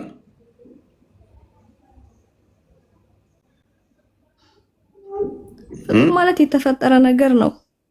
ንግግር ማለት ደግሞ ንግግር ስለዚህ ፍጡር አይደለም። ንግግር ፍጡር ማለት እኛ ነን። መጀመሪያ መለየት ያለብህ ነገር ፍጡር ማለት ነገር ነው። ቃላችን ደግሞ ቃላችን ነው። ስለማታውቂ አስቸገረ። ምንም አስቸጋሪ የሚያደርገው ምን እንደሆነ ታውቂያለሽ? ቀደም ብላለች። አልተረዳኸኝም። ሜቢ አልተረዳኸኝም ይሆናል እንጂ አንዴ እዚህ ጋር እሺ አንተ ልጠይቅህ የሆነ ጥያቄ። ጌታና አምላክ ምንድን ነው ልዩነቱ? ጌታና አምላክ ምንድን ነው ልዩነቱ? ምን ሆነሽ? እችን ጥያቄ መልስልኝ። ቅድም ምን ብለሽ ነበረ? የምትሰሩትንም የፈጠረ ሲሆን ብሎ ሲያሳይሽ ምን ብለሽዋል? ንግግር የሚሰራ ነገር አይደለም ብለሻል። ለምሳሌ አንድ ሰው ሲሳደብ ኃጢአት ሰራ ይባላል አይደለም? እታችን መሳደብ ንግግር ነው አይደለም? አይደለም። መሳደብ ንግግር ነው። እሺ፣ ስለዚህ ኃጢአት ሰራ ይባላል ወይስ አይባልም? ያ ሰው ሲሳደብ ኃጢአት ሰራ ይባላል ወይስ አይባልም? ኃጢአት ነው። ኃጢአት ሰራ ይባላል አይደለም? ኃጢአት ነው። ስለዚህ ይሄው የምትሰሩትንም የፈጠረ ሲሆን ስለዚህ ያ የሚሰራው ያ ንግግር ምንድነው ማለት ነው? የምትሰሩትንም ማለት ግዴታ ንግግር ብቻ መሆን የለበትም። እኛ ግዴታ እንደሆነ ኢንጀነራል ግን እንደሆነ ነው የማውቀው እኔ። ንግግርም ኃጢአት ስራ ሳይሆን ኃጢአት ነው እንደሆነ ነው የማውቀው እኮ። የሚሰራ ኃጢአት ነው። ኃጢአት ስራ ነው አይደለም አይልም። አይ ቲንክ ግን የፈጣሪ ለፍጡር እንትን ገብቶሻል። ለታችን ፈጣሪ ማለት ምንድነው? ፍጡር ማለት ምንድነው? ዴፊኒሽኑ የገባሻል መሰለኝ ሳስበው። እስኪ በፈጣሪና በፍጡር መካከል የተፈጠረ ነገር ነው በፈጣሪ። ኦኬ። ስለዚህ ከፈጣሪ ውጪ ዘግይቶ የመጡ ነገሮች በሙሉ የተፈጠሩ ናቸው ማለት ነው አይደለ? አዎ። ኦኬ። ስለዚህ ቃላችን ጋር ያንቺ ንግግራችን ነው አንድ ጊዜና ከፈጣሪ ውጪ ያለው የምንሰራው ነገር ተግባራችን ነው። አንድ ጊዜ አዳምጫ። እሺ። ፈጣሪ ማለት እሱ ብቻውን ፍጥረት ከመፈጠሩ በፊት የነበረ እሱ ብቻ ነው አይደል? ፈጣሪ ማለት ነው። ያው መለኮት። አዎ። ከዛ በኋላ ግን የመጣው ነገር በሙሉ ፍጡር ነው አይደል? አዎ። ቴንኪው። ስለዚህ ንግግራችንን ፍጡር ነው ማለት ነው። ጨረስን እኮ። ንግግራችን ቃላችን ነው። ፍጡር የምንባለው እኛ ነን። አልተፈጠረም ታዲያ? ከፈጣሪ ጋር ነበረ የኛ ንግግር። እንደዛ ካልኩ ማለት ነው። እንደዛ ካልክ የፈጣሪ ንግግር ፍጡር ነው ልትል ነው እንዴ? ፈጣሪ ስለተናገረ ፍጡር ነው ልትል ነው? ስለዚህ ከፈጣሪ ጋር እያመሳሰልሽ እንደሆነ እናመሰግናለን። አንድ ወደ እንግሊዝኛ ቀይረው። ለምን አንመሳሰልም? እኛ ፍጡርና ፈጣሪ አምላክ ነው፣ አለቀ። እሺ አሁን የምጠይቅህን ጥያቄ መልስልኝ። ጌታና አምላክ ምንድን ነው ልዩነቱ? ሊፋ እንዳዳምጪ ቆይ። ጌታና አምላክ ምንድን ነው ልዩነቱ? ኧረ በእናትሽ በእናንተ ሃይማኖት። አንዴ እንትን በለው ሞሰስ በልና ቼክ አድርገው። የእሷንም ተረዳት እንጂ የእሷንም ተስማ መጀመሪያ ተረጋጋ። ሞሰስ ነው አይደለ? ሞሴ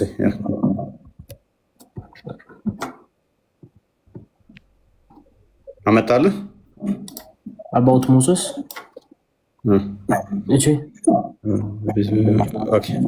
ኖ አውጣሽ ከሱ እንትን በለው ክሬትድ በለው ክሬትድ ያ ኦኬ። እሺ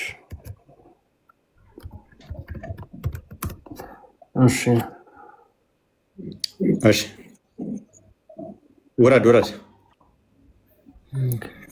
መጨረሻ ነው። ኦኬ እሱ ያሳየኝ። እሺ different from the attributes of created beings. Okay. His attributes. ንግግር ምናምን የሚል የለም። የሰው ንግግር ምናምን የሚል ኦኬ። እሺ ሞሴስ in other from thank you ሱናምቦ እሺ the word of God ተመልከቱ እዚህ ላይ ይታያል አይደል?